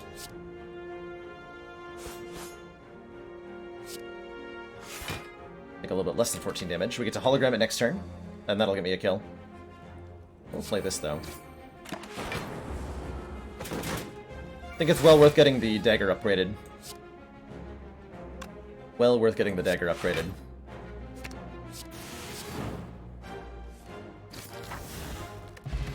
Unceasing Top. If we ever have no cards in turn, draw a card. I think we want another Steam Barrier Plus. This deck does want another free block card. Take one more of these. Get some actual focus going here. Alright, Panache's AoE is going to help a lot in this fight. Big time lots. So I probably want to get that in play immediately. I also want to get Frost Orbs up immediately. This is a tough call. Hey, look, more cards that aren't orbs. True. Truth. No, I need Panache in play here. Get one Frost Orb out, though.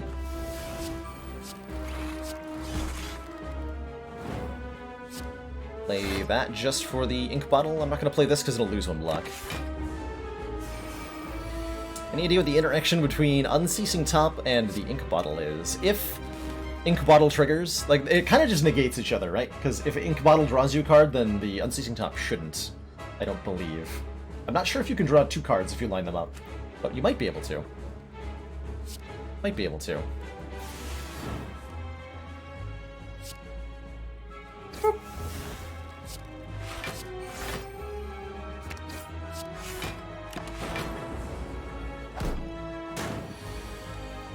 Ooh, the turn 2 resummon. Lucky. Very lucky. So I don't want to kill this guy. Because if I kill him, when Collector resummons, he summons up until he has 2 torch heads in play. So if we kill this torch head, he'll summon a new one to replace it, whereas if we leave it on 2 health, we can just kill the new one pretty easily.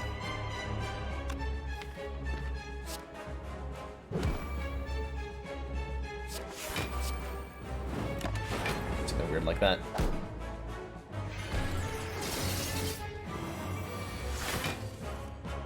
Okay, it's time to play a Bias Cognition. It's time to block.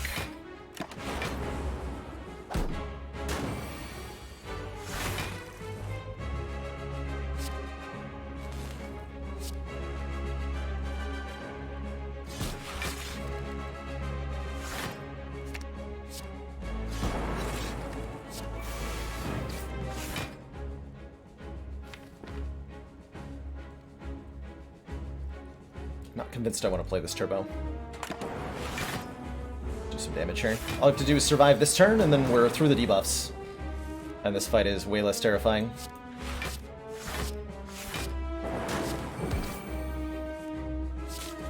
Unceasing Top, actually doing something. Good job, Unceasing Top. You did it.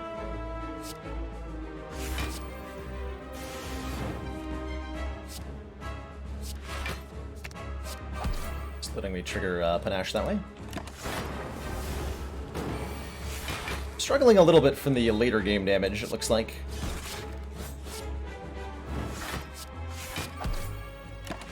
Not too bad, though. Not too bad.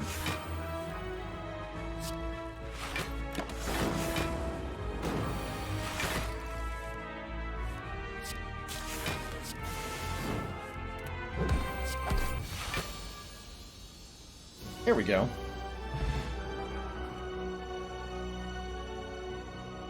You would have taken the heat sinks at the start of the act and even the Hello World from the shop with Panache before upgrading Turbo. Oh, that sounds fun, Kenshiro. That sounds really fun.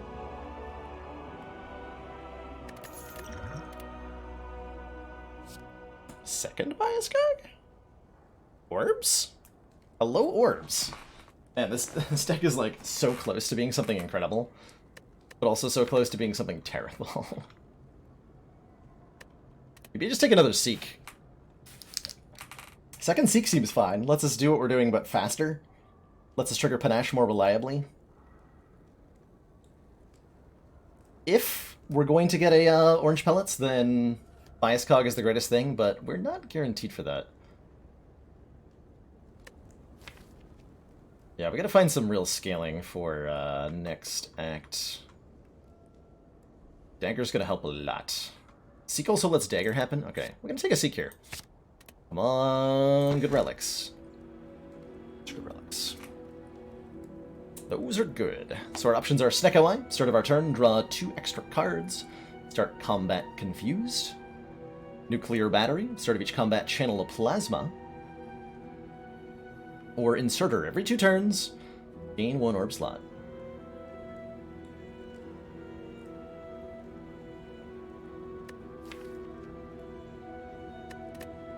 So Snecko Eye is crazy, normally. Although our deck is very low cost on average, so I think Snecko Eye, even though the additional card draw is nice, I think Snecko really messes with what's going on here. Extra energy from the Nuclear Battery is kind of nice.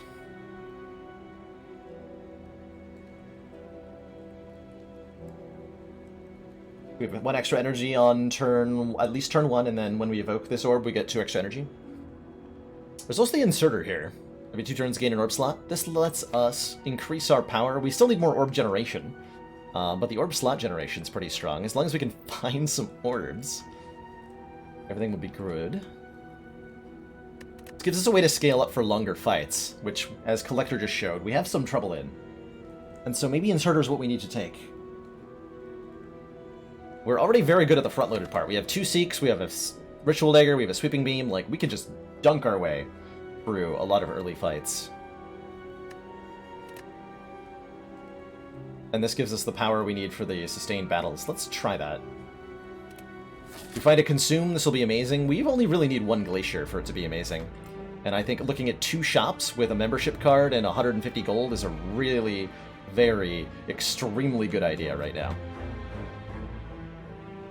Yeah, this feels like a really important to do.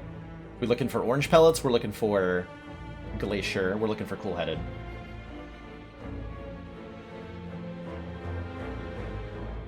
Those are like the 3 most important cards to find right now. Okay. Floor.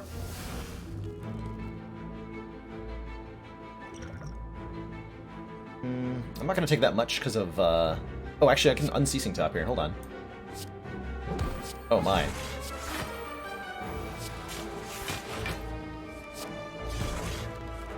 Got him.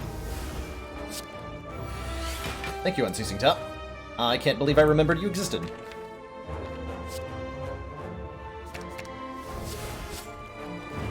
Yeah, like, we're so good at front-loader damage. Glacier Plus! Yes! It's here! It's here! We're saved, everybody. We are saved.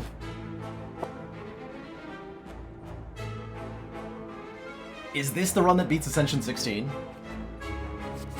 It might be. It might be. Definitely taking an Ancient Potion. We're gonna hold, as long as we don't have a way to keep this Bias Cog permanent, we are gonna hold on to this Ancient Potion. Right to the heart, if we need to.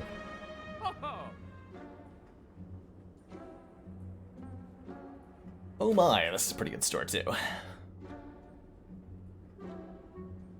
Incense Burner. Every 6 turns, gain 1 intangible. That's pretty nice. Pretty nice. Ori lets us choose and add 5 cards to the deck, so if we want more orb stuff, Ori actually really helps with that. We can remove a card. We can buy another hologram. We can buy Dark Shackles, enemy loses 9 strength for 1 turn. There's the Strike dummy here. This is a new relic. Cards containing Strike deal 3 additional damage. Ori is no longer a boss relic on the beta branch about 7 llamas. Oh, right, that bug. I can't examine it. Well, as long as I hold down the button, I can. Ori is a shop relic here. If you're playing on the main branch, it'll still be a boss relic until this change goes through. Consume in the Ori. Ooh. You can also just go to this shop. Say that nothing here is good enough. Ori has a much higher chance of getting rare cards now. How do you mean, Forgotten Arbiter? What changed mechanically that is now true? Is it because of... Oh, because you're not picking it immediately after seeing a boss rare? Is that why? Shops have a higher chance of generating rare cards. Oh, so... Does this not use the offset? Or, like, there's a different base chance here, and this is using shop odds instead of drop odds, like, after combat odds? Does use the offset. But is also affected by shop. Interesting. Oh, very interesting. What an interesting consideration. I haven't bought Ori enough to, like, feel the impact of that. I'm really curious to see how that proves.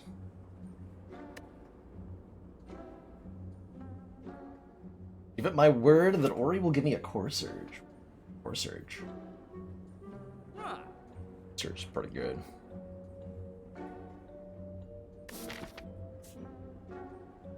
Shop, though.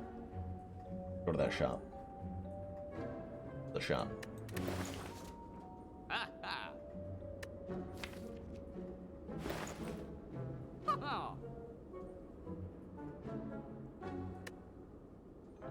Tough call.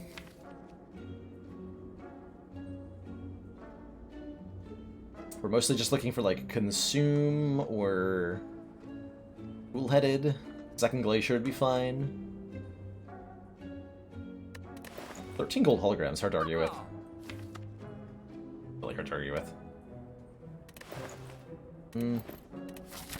Check out the next shop. Get out of here, Strike. Welcome, Claw. You are much better than Strike. Alright, second store. Was I right to hold on to my money? Yes, I was. Because we have orange pellets now. Whenever you play a power attack and skill in the same turn, remove all of your debuffs.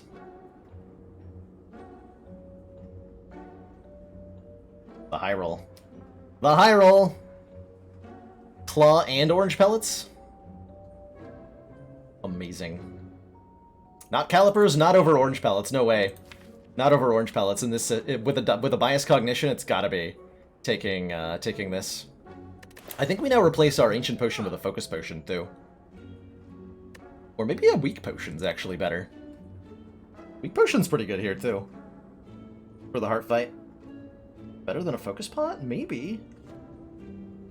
Saves. Weak potion against the heart in the first cycle saves 15 plus 12 hit points. 27 hit points. Versus focus potion. Probably more than 27 hit points. Probably. How many rare relics are currently out of the pool, and do we still have a mummified hand in the pool? Not sure how many rare relics are out of the pool. Mummified hand is an uncommon relic, to be clear, though. So I don't know that our odds are particularly high of finding it. Orange pellets does work with bias cognition. Yep, that's why we were so excited to see it. It'll let me remove, so at the start of your turn, lose one focus. That effect is a debuff. And so triggering orange pellets will remove the at the end of your turn lose one focus effect. You just get the 4 focus for free. Pretty much. Crazy talk. Crazy talk. Heat sinks is not too bad. We have 4 other powers. How are we fighting? Awakened one. I think we're alright. Just remove... What, a defend? Thinking about it. Yeah, I'm gonna remove a defend here. And I'm gonna swap out a potion. The focus pot. Maybe I'm supposed to swap out the block potion, actually. No. No, it is the children who are wrong.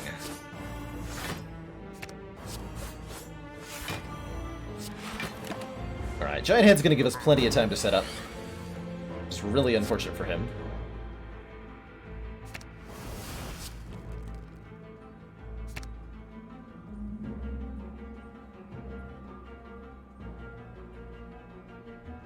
A lot here. Snipe equilibrium. So if we go... Power. Attack. We trigger orange pellets. We lose that minus down on focus. And we just have 4 points of focus now.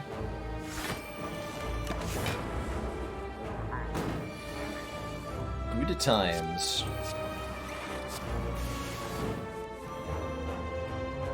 Good times.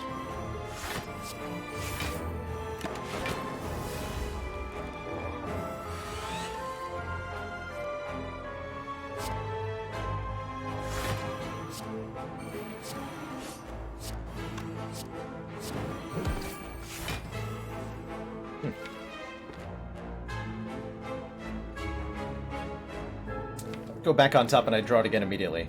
That doesn't seem beneficial to me.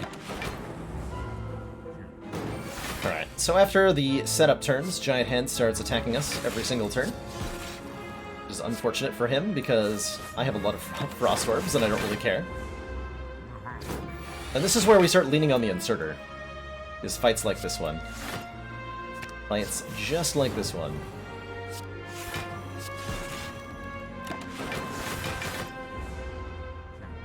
Giant Head will increase its damage by 5 every turn, but what does that matter? We can block for... It only goes up to 70. So if we can block for 70 every single turn, the Giant Head can never touch us. Rebound does not work with powers, no. Since powers leave your deck after being played. That's enough block already.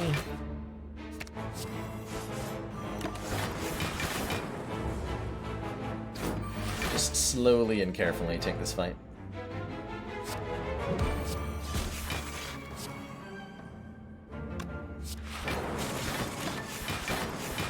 I'll try to get a kill with the Ritual Dagger.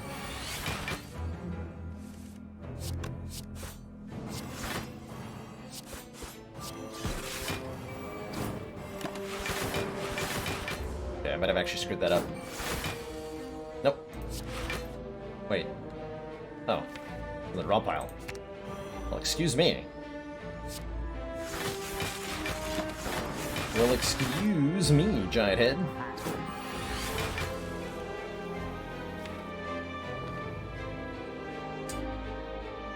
Also fine.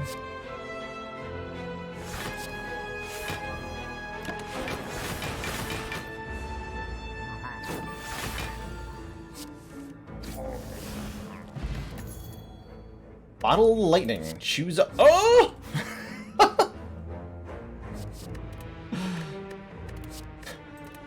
Choose a skill. At the start of your turn, or sorry, start each combat with this card in your hand, excuse me. So that lets us bottle a Seek Plus, and then we just kind of like win.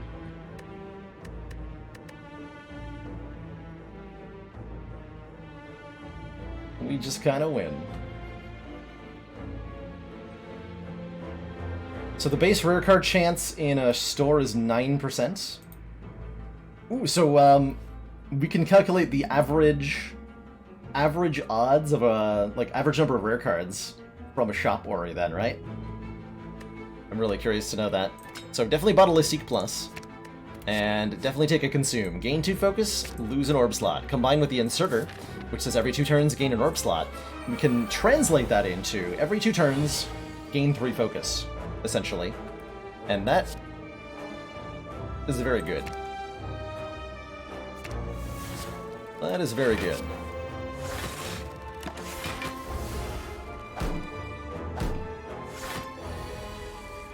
So, power, attack.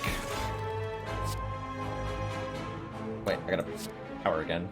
Power, attack, power, skill. We remove that debuff. Easy peasy. Can I get away without playing the Ritual Dagger here? I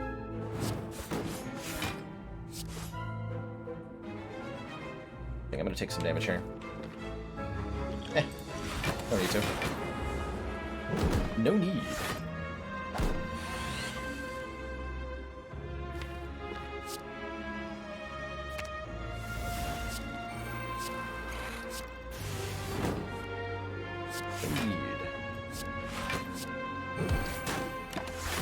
So I want to end this fight by killing one of them with the Ritual Dagger. The Ritual Dagger will not increase in power if the fight is ended by... or if you kill one without ending the fight, because of the regeneration power thing. So in order to make sure the Ritual Dagger gets stronger, I have to be a little fancy here.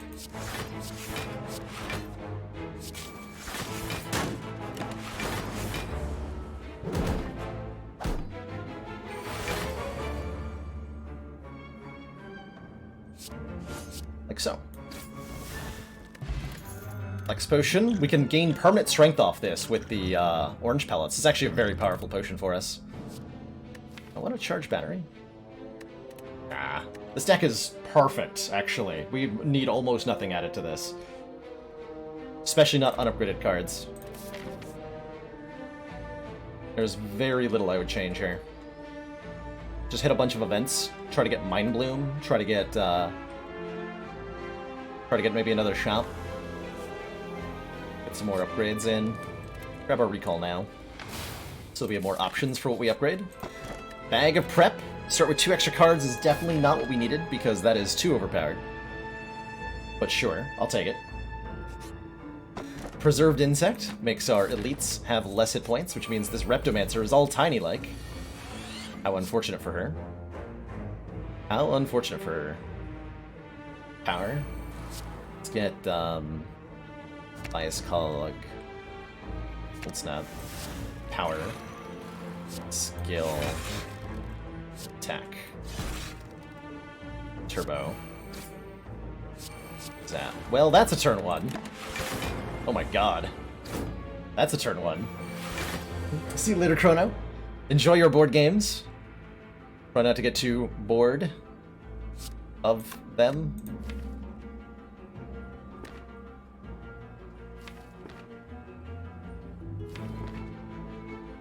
So I can get a boost on the dagger by killing something here. Let's go dagger, hologram, cold snap. Yeah.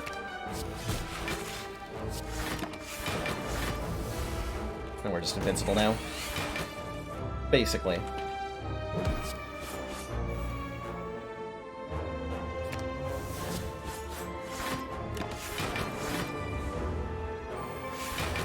Could have triggered Panache there. Whoops.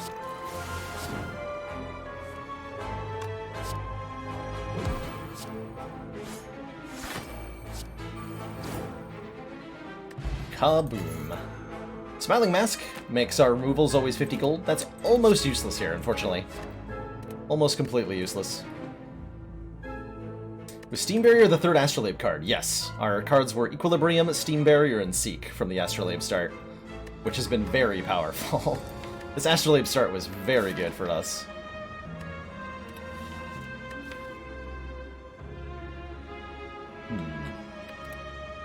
Debating whether I want a weak potion or a flex potion. Let's keep the flex potion, actually. Here's that Mind Bloom. We could fight a boss to get a rare relic, 100 gold, and a card reward. Or we can upgrade everything, but everything's already upgraded, basically. So let's fight the boss. Let's fight the boss.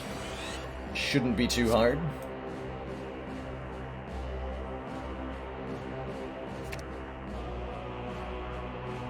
Shouldn't be too hard.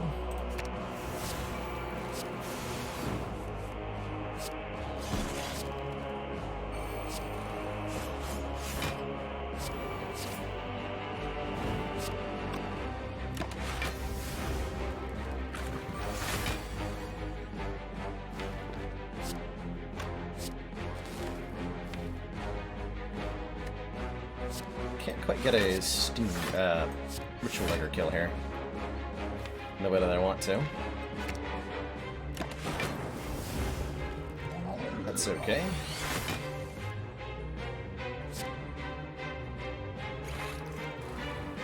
That's okay.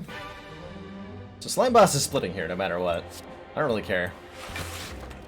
You do you, Slime Boss. You do you.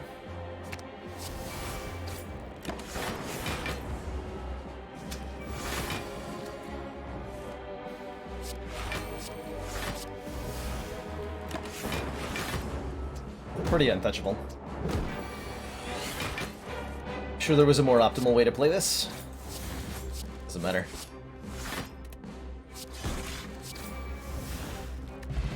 Dead Branch. Whenever we exhaust a card, add a random card into our hand and a second bias cognition, because that is fair and balanced. And another rare relic from fighting these two nerds. Yeah, just what this run needed. Exactly. I'm glad you understand. So I'm just going to take both bias cogs, and we're going to go power, power, attack, block.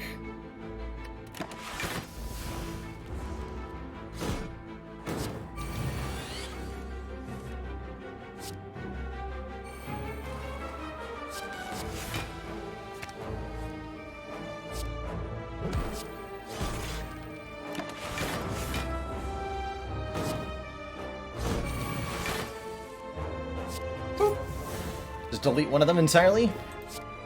Seems pretty easy to me.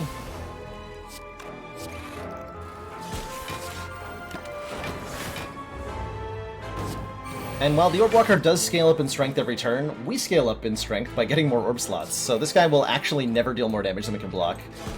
We could probably stall this fight forever if we wanted to.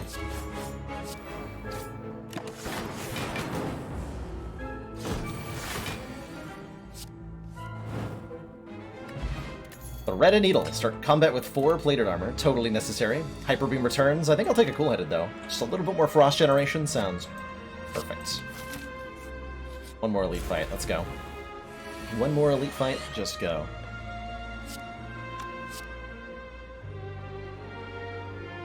Power. Power.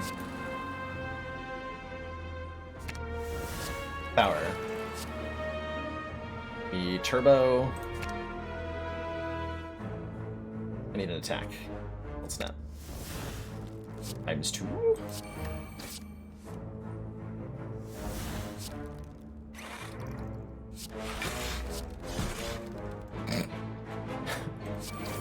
How's that for a turn 1? 50 block.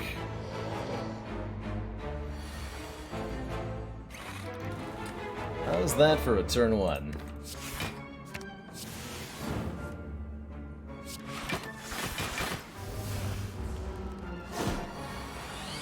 Reminder that we could have had Warp Tongues in this deck.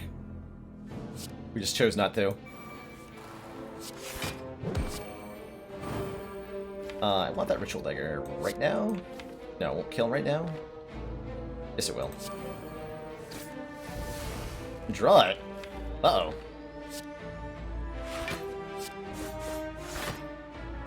Uh-oh. I can't Unceasing Top for it either. Fortunately, we got Buffer. So all is well.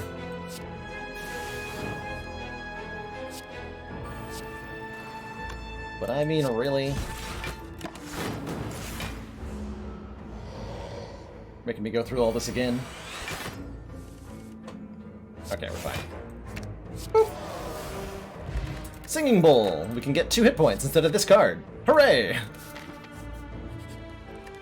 Hooray. I think consumes the upgrade. We want to upgrade one of the bias cogs as well, for a little bit more focus. Bias over Laser Beam was ultimately a pretty good choice. Honestly, I think either would have worked out the way this run went. But yeah. We're just going to play all our powers against Awakened One. He gains 1 strength every time we do. Good for him. Good for him.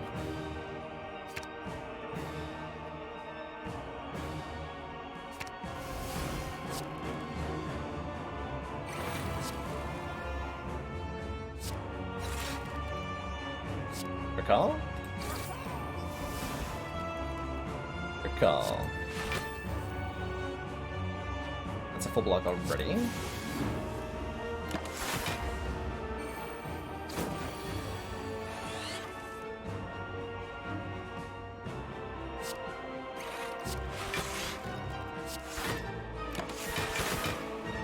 Blocking. Insert or Consume just completely demolishes the Awakened One as a general rule.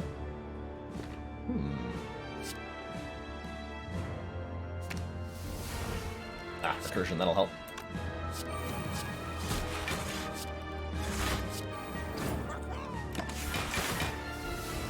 Easy.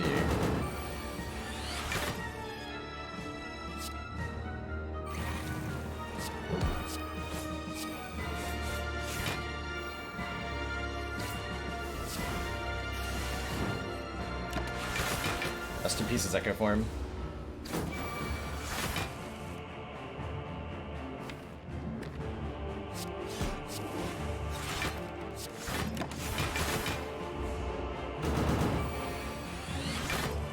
I've only used the Consume once, that's true. The double bias cog with orange pellets honestly overshadows it. We don't really need the Consume at all.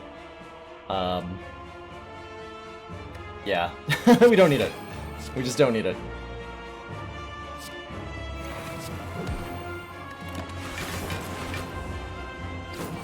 But it might help a little bit in the heart fight, especially with the focus. We're not gonna need it.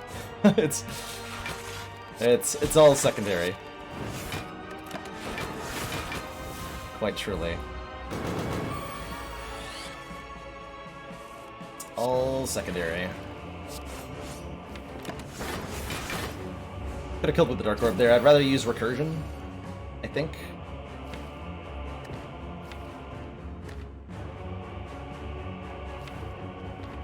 Yeah, whatever.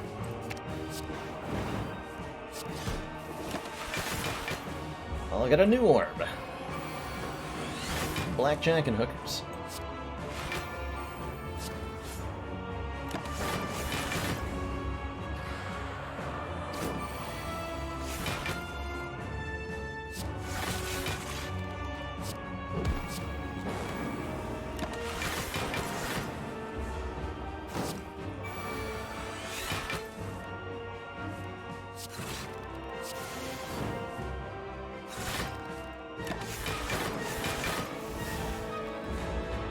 Probably want to line up Ink Bottle for the elites.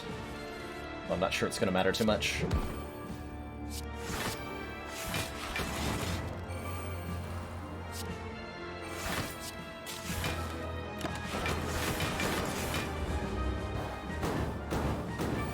Not sure it's going to matter too much.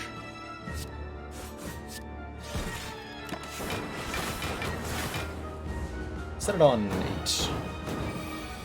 And we're just guaranteed to draw a card turn 1 against Spire, Spear, and Spire Shield. Alright, 2 Thump, 2 Thump. Something, something, Deep Pulsing Dread. Something, something, The Room. Starring Tommy Wiseau. Something, something, The Final Act.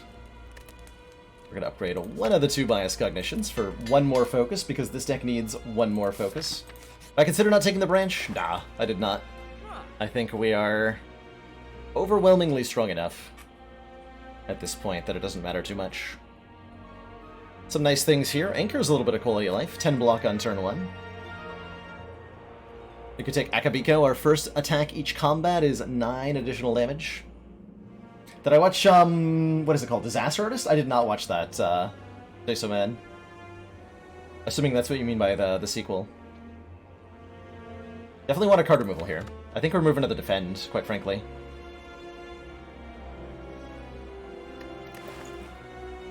Definitely do that. Gonna take Anchor. And then with my remaining funds, honestly, Akabiko. Secret Technique is great. Put a skill from your draw pile into your hand. It's like a 3rd Seek. That's fine.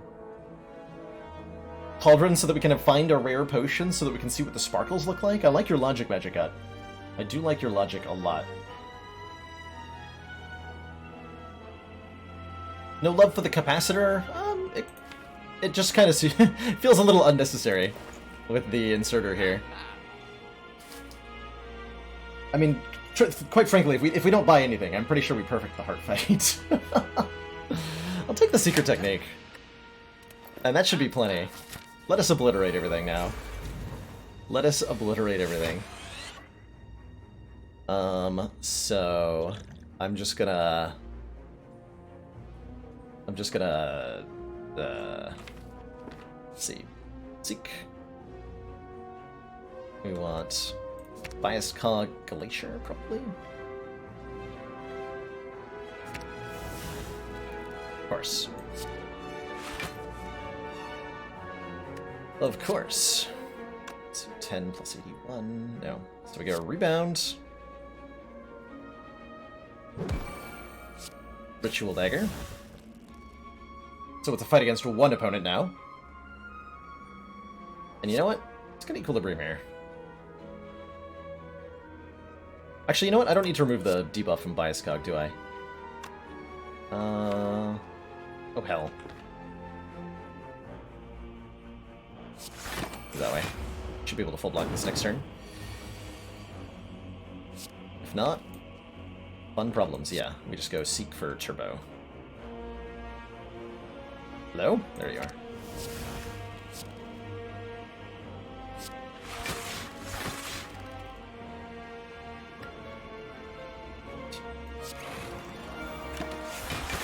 That's enough words.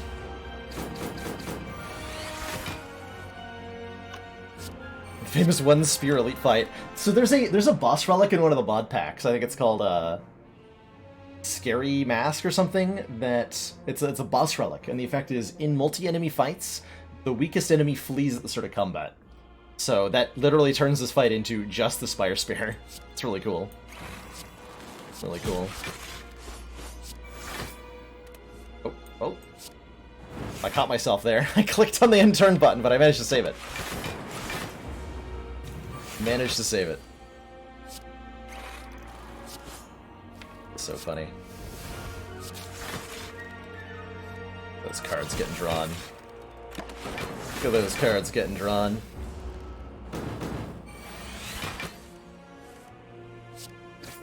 Up the ink bottle a little bit here. Perfect. Mega Marbles! Start of combat, apply 1 vulnerable to all our opponents. And I'll just take 2 max health. Alright. Part of the Spire. Bring it on. The Corrupt Heart of the Spire deals 1 damage to us every time we play a card, which means this Anchor is doing wonders on turn 1 by providing block. The Heart of the Spire has a ton of hit points and can only take up to 300 damage per turn.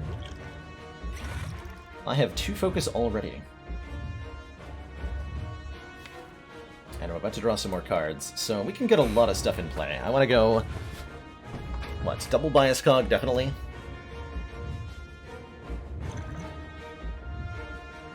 We're going to use our Flex Potion, which gives me 6 strength on this turn. Actually, maybe I want to set... Oh, this is fine.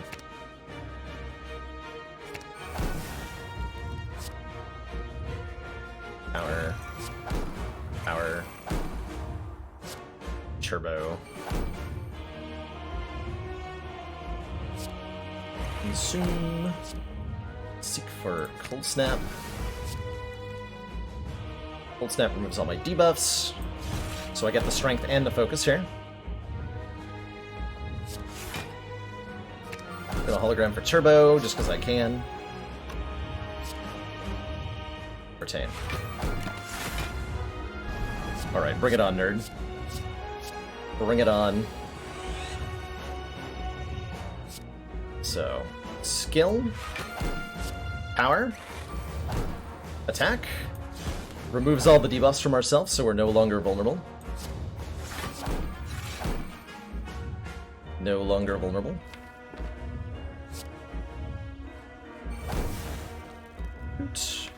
Now we want to find our loop and put that in play. Actually, do we?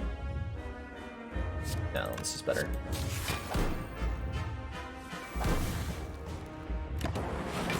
Maybe not. Rate of AI is definitely nice, though. Ah, we're fine. Everything is great. Everything is wonderful. It's 45 incoming damage. I'm currently blocking 34.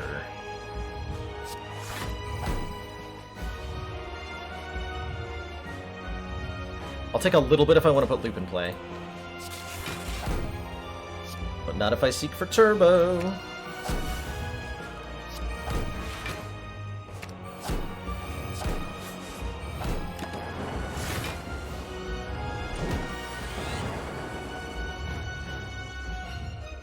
I will take damage here if I choose to play Cold Snap, which I will choose to play.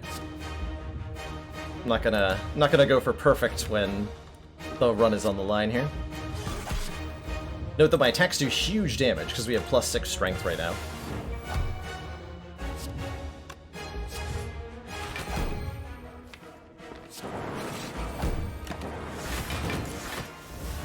This Looped Lightning Orb is putting out some pretty okay damage here.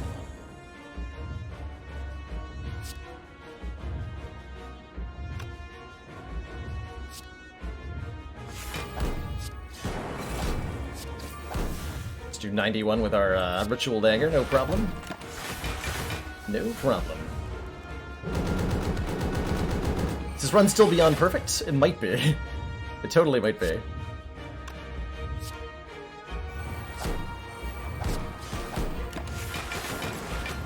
And now we just add a few damage orbs to what we've got, and this fight is smooth as butter.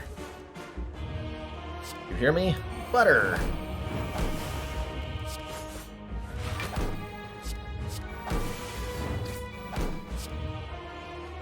Butter.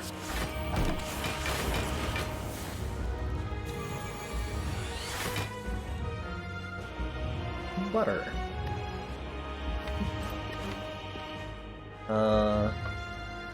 I don't know, just like hit him or whatever.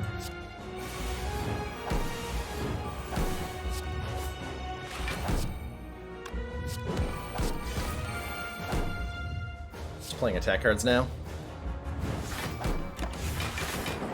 Seems to be working out.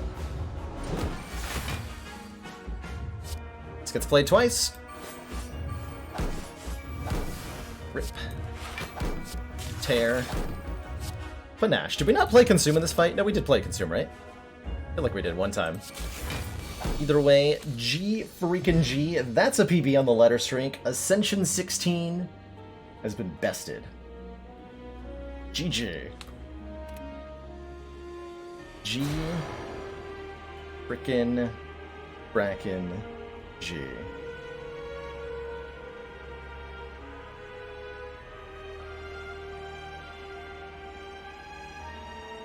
Yeah, I'd say that went well too, Forgotten Arbiter. I'd say that went pretty well too. A lot of things went really well for us. We started with Astrolabe, which is already like a really high roll. Partially why I chose to get the boss relic swap was the chance of rolling well. Chance of rolling well. Ink Bottle was great. Bloody Idol was excellent, especially in conjunction with Dripper. We got an early membership card, and then we bottled Seek, and it got out of control pretty quickly. Yeah. Wait, was this all? Yeah, this was all of this. All that, like, half of our relics came from Act 3. We had a very strong Act 3 in this run. Very strong. It was a bit of a gamble going into the Orb Powers. I wasn't comfortable in trying to figure out what the deck was supposed to do without him. And maybe that's acknowledging a weakness in my defect play, right? Like, there's a deck where we didn't try drafting Orb Powers because we didn't find any that still beats the heart. I just don't really know what that looks like without being like Claw All for One is the other one I know how to build. So I think there's definitely room for improvement on the defect side of things, but I'll take it, because I only have to win one more defect run to get to the top of this ladder. Man, what a run. And what a crowd. There's so many of you here, which is absolutely ridiculous and makes it unfortunate that I have to say goodbye here. So I've got some real-life commitments later, so I gotta put a little bit of an early end to the stream. Overall, do I like the beta branch changes? Definitely, Haters NC. I love the new relics. I love the new potions. I really like changing the pools of certain relics. I like the new Ori a lot. I like the new Eternal Feather a lot. I think it's crazy good. If you're new here, by the way, my name is Balorlord. We do Slay the Spire on a pretty regular basis, and have been really enjoying this ladder streak challenge that we're potentially coming to a close on. Only, if I'm going to succeed, only 4 more runs remaining in this climb. If you want to be notified when we're live again, best ways are to hit that follow button above the stream, or to join our Discord, or to follow me on Twitter. Those are the 3 things that post announcements when we're live. You can also just show up at the start of stream. We'll be live tomorrow, not later than 4 p.m. Eastern Standard Time, planning on doing a Fun Day Sunday, taking a short break from the ladder climb, and instead exploring the wild and wacky interactions in things in Spire. In this case, looking at some of the new stuff on the beta branch, maybe doing something silly with the tungsten rod, maybe doing something silly with potions, definitely doing something silly with the new Watcher character. And instead of which character has lost the streak the most? Oh, Defect. The last of streaks that have gotten above Ascension 5, every time it's been Defect that has died on Ascension 13, 13, and 16. Which says something about my ability to play Defect, I think. And I might actually do some practice runs of Defect before we hit that Ascension 19. Just to make sure I'm in peak top form. Top form. Let's see, I'm gonna throw a host on over to Lethal Frag. There's been a long time inspiration for this stream, playing some Dead Cells. He does Slay the Spire, Binding of Isaac, Risk of Rain, He's been playing a lot of Dead Cells lately. If you like chill, relaxed environments and roguelites, then Lethal Frag is at a channel you should definitely be aware of. Definitely unaware of. Is it in a row if I do practice runs? Yes. I can do them off stream and you'll never know. You'll never know.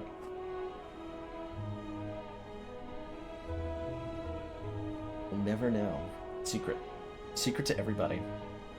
Anyway, thank you so much everybody for joining me. It's been an awesome stream today. The internet was mostly behaved. We had some really good runs. I'm looking forward to highlighting a couple of the ones today. And yeah, I'll be back tomorrow. I hope to see you then. Have a great night, everybody, and thanks for tuning in.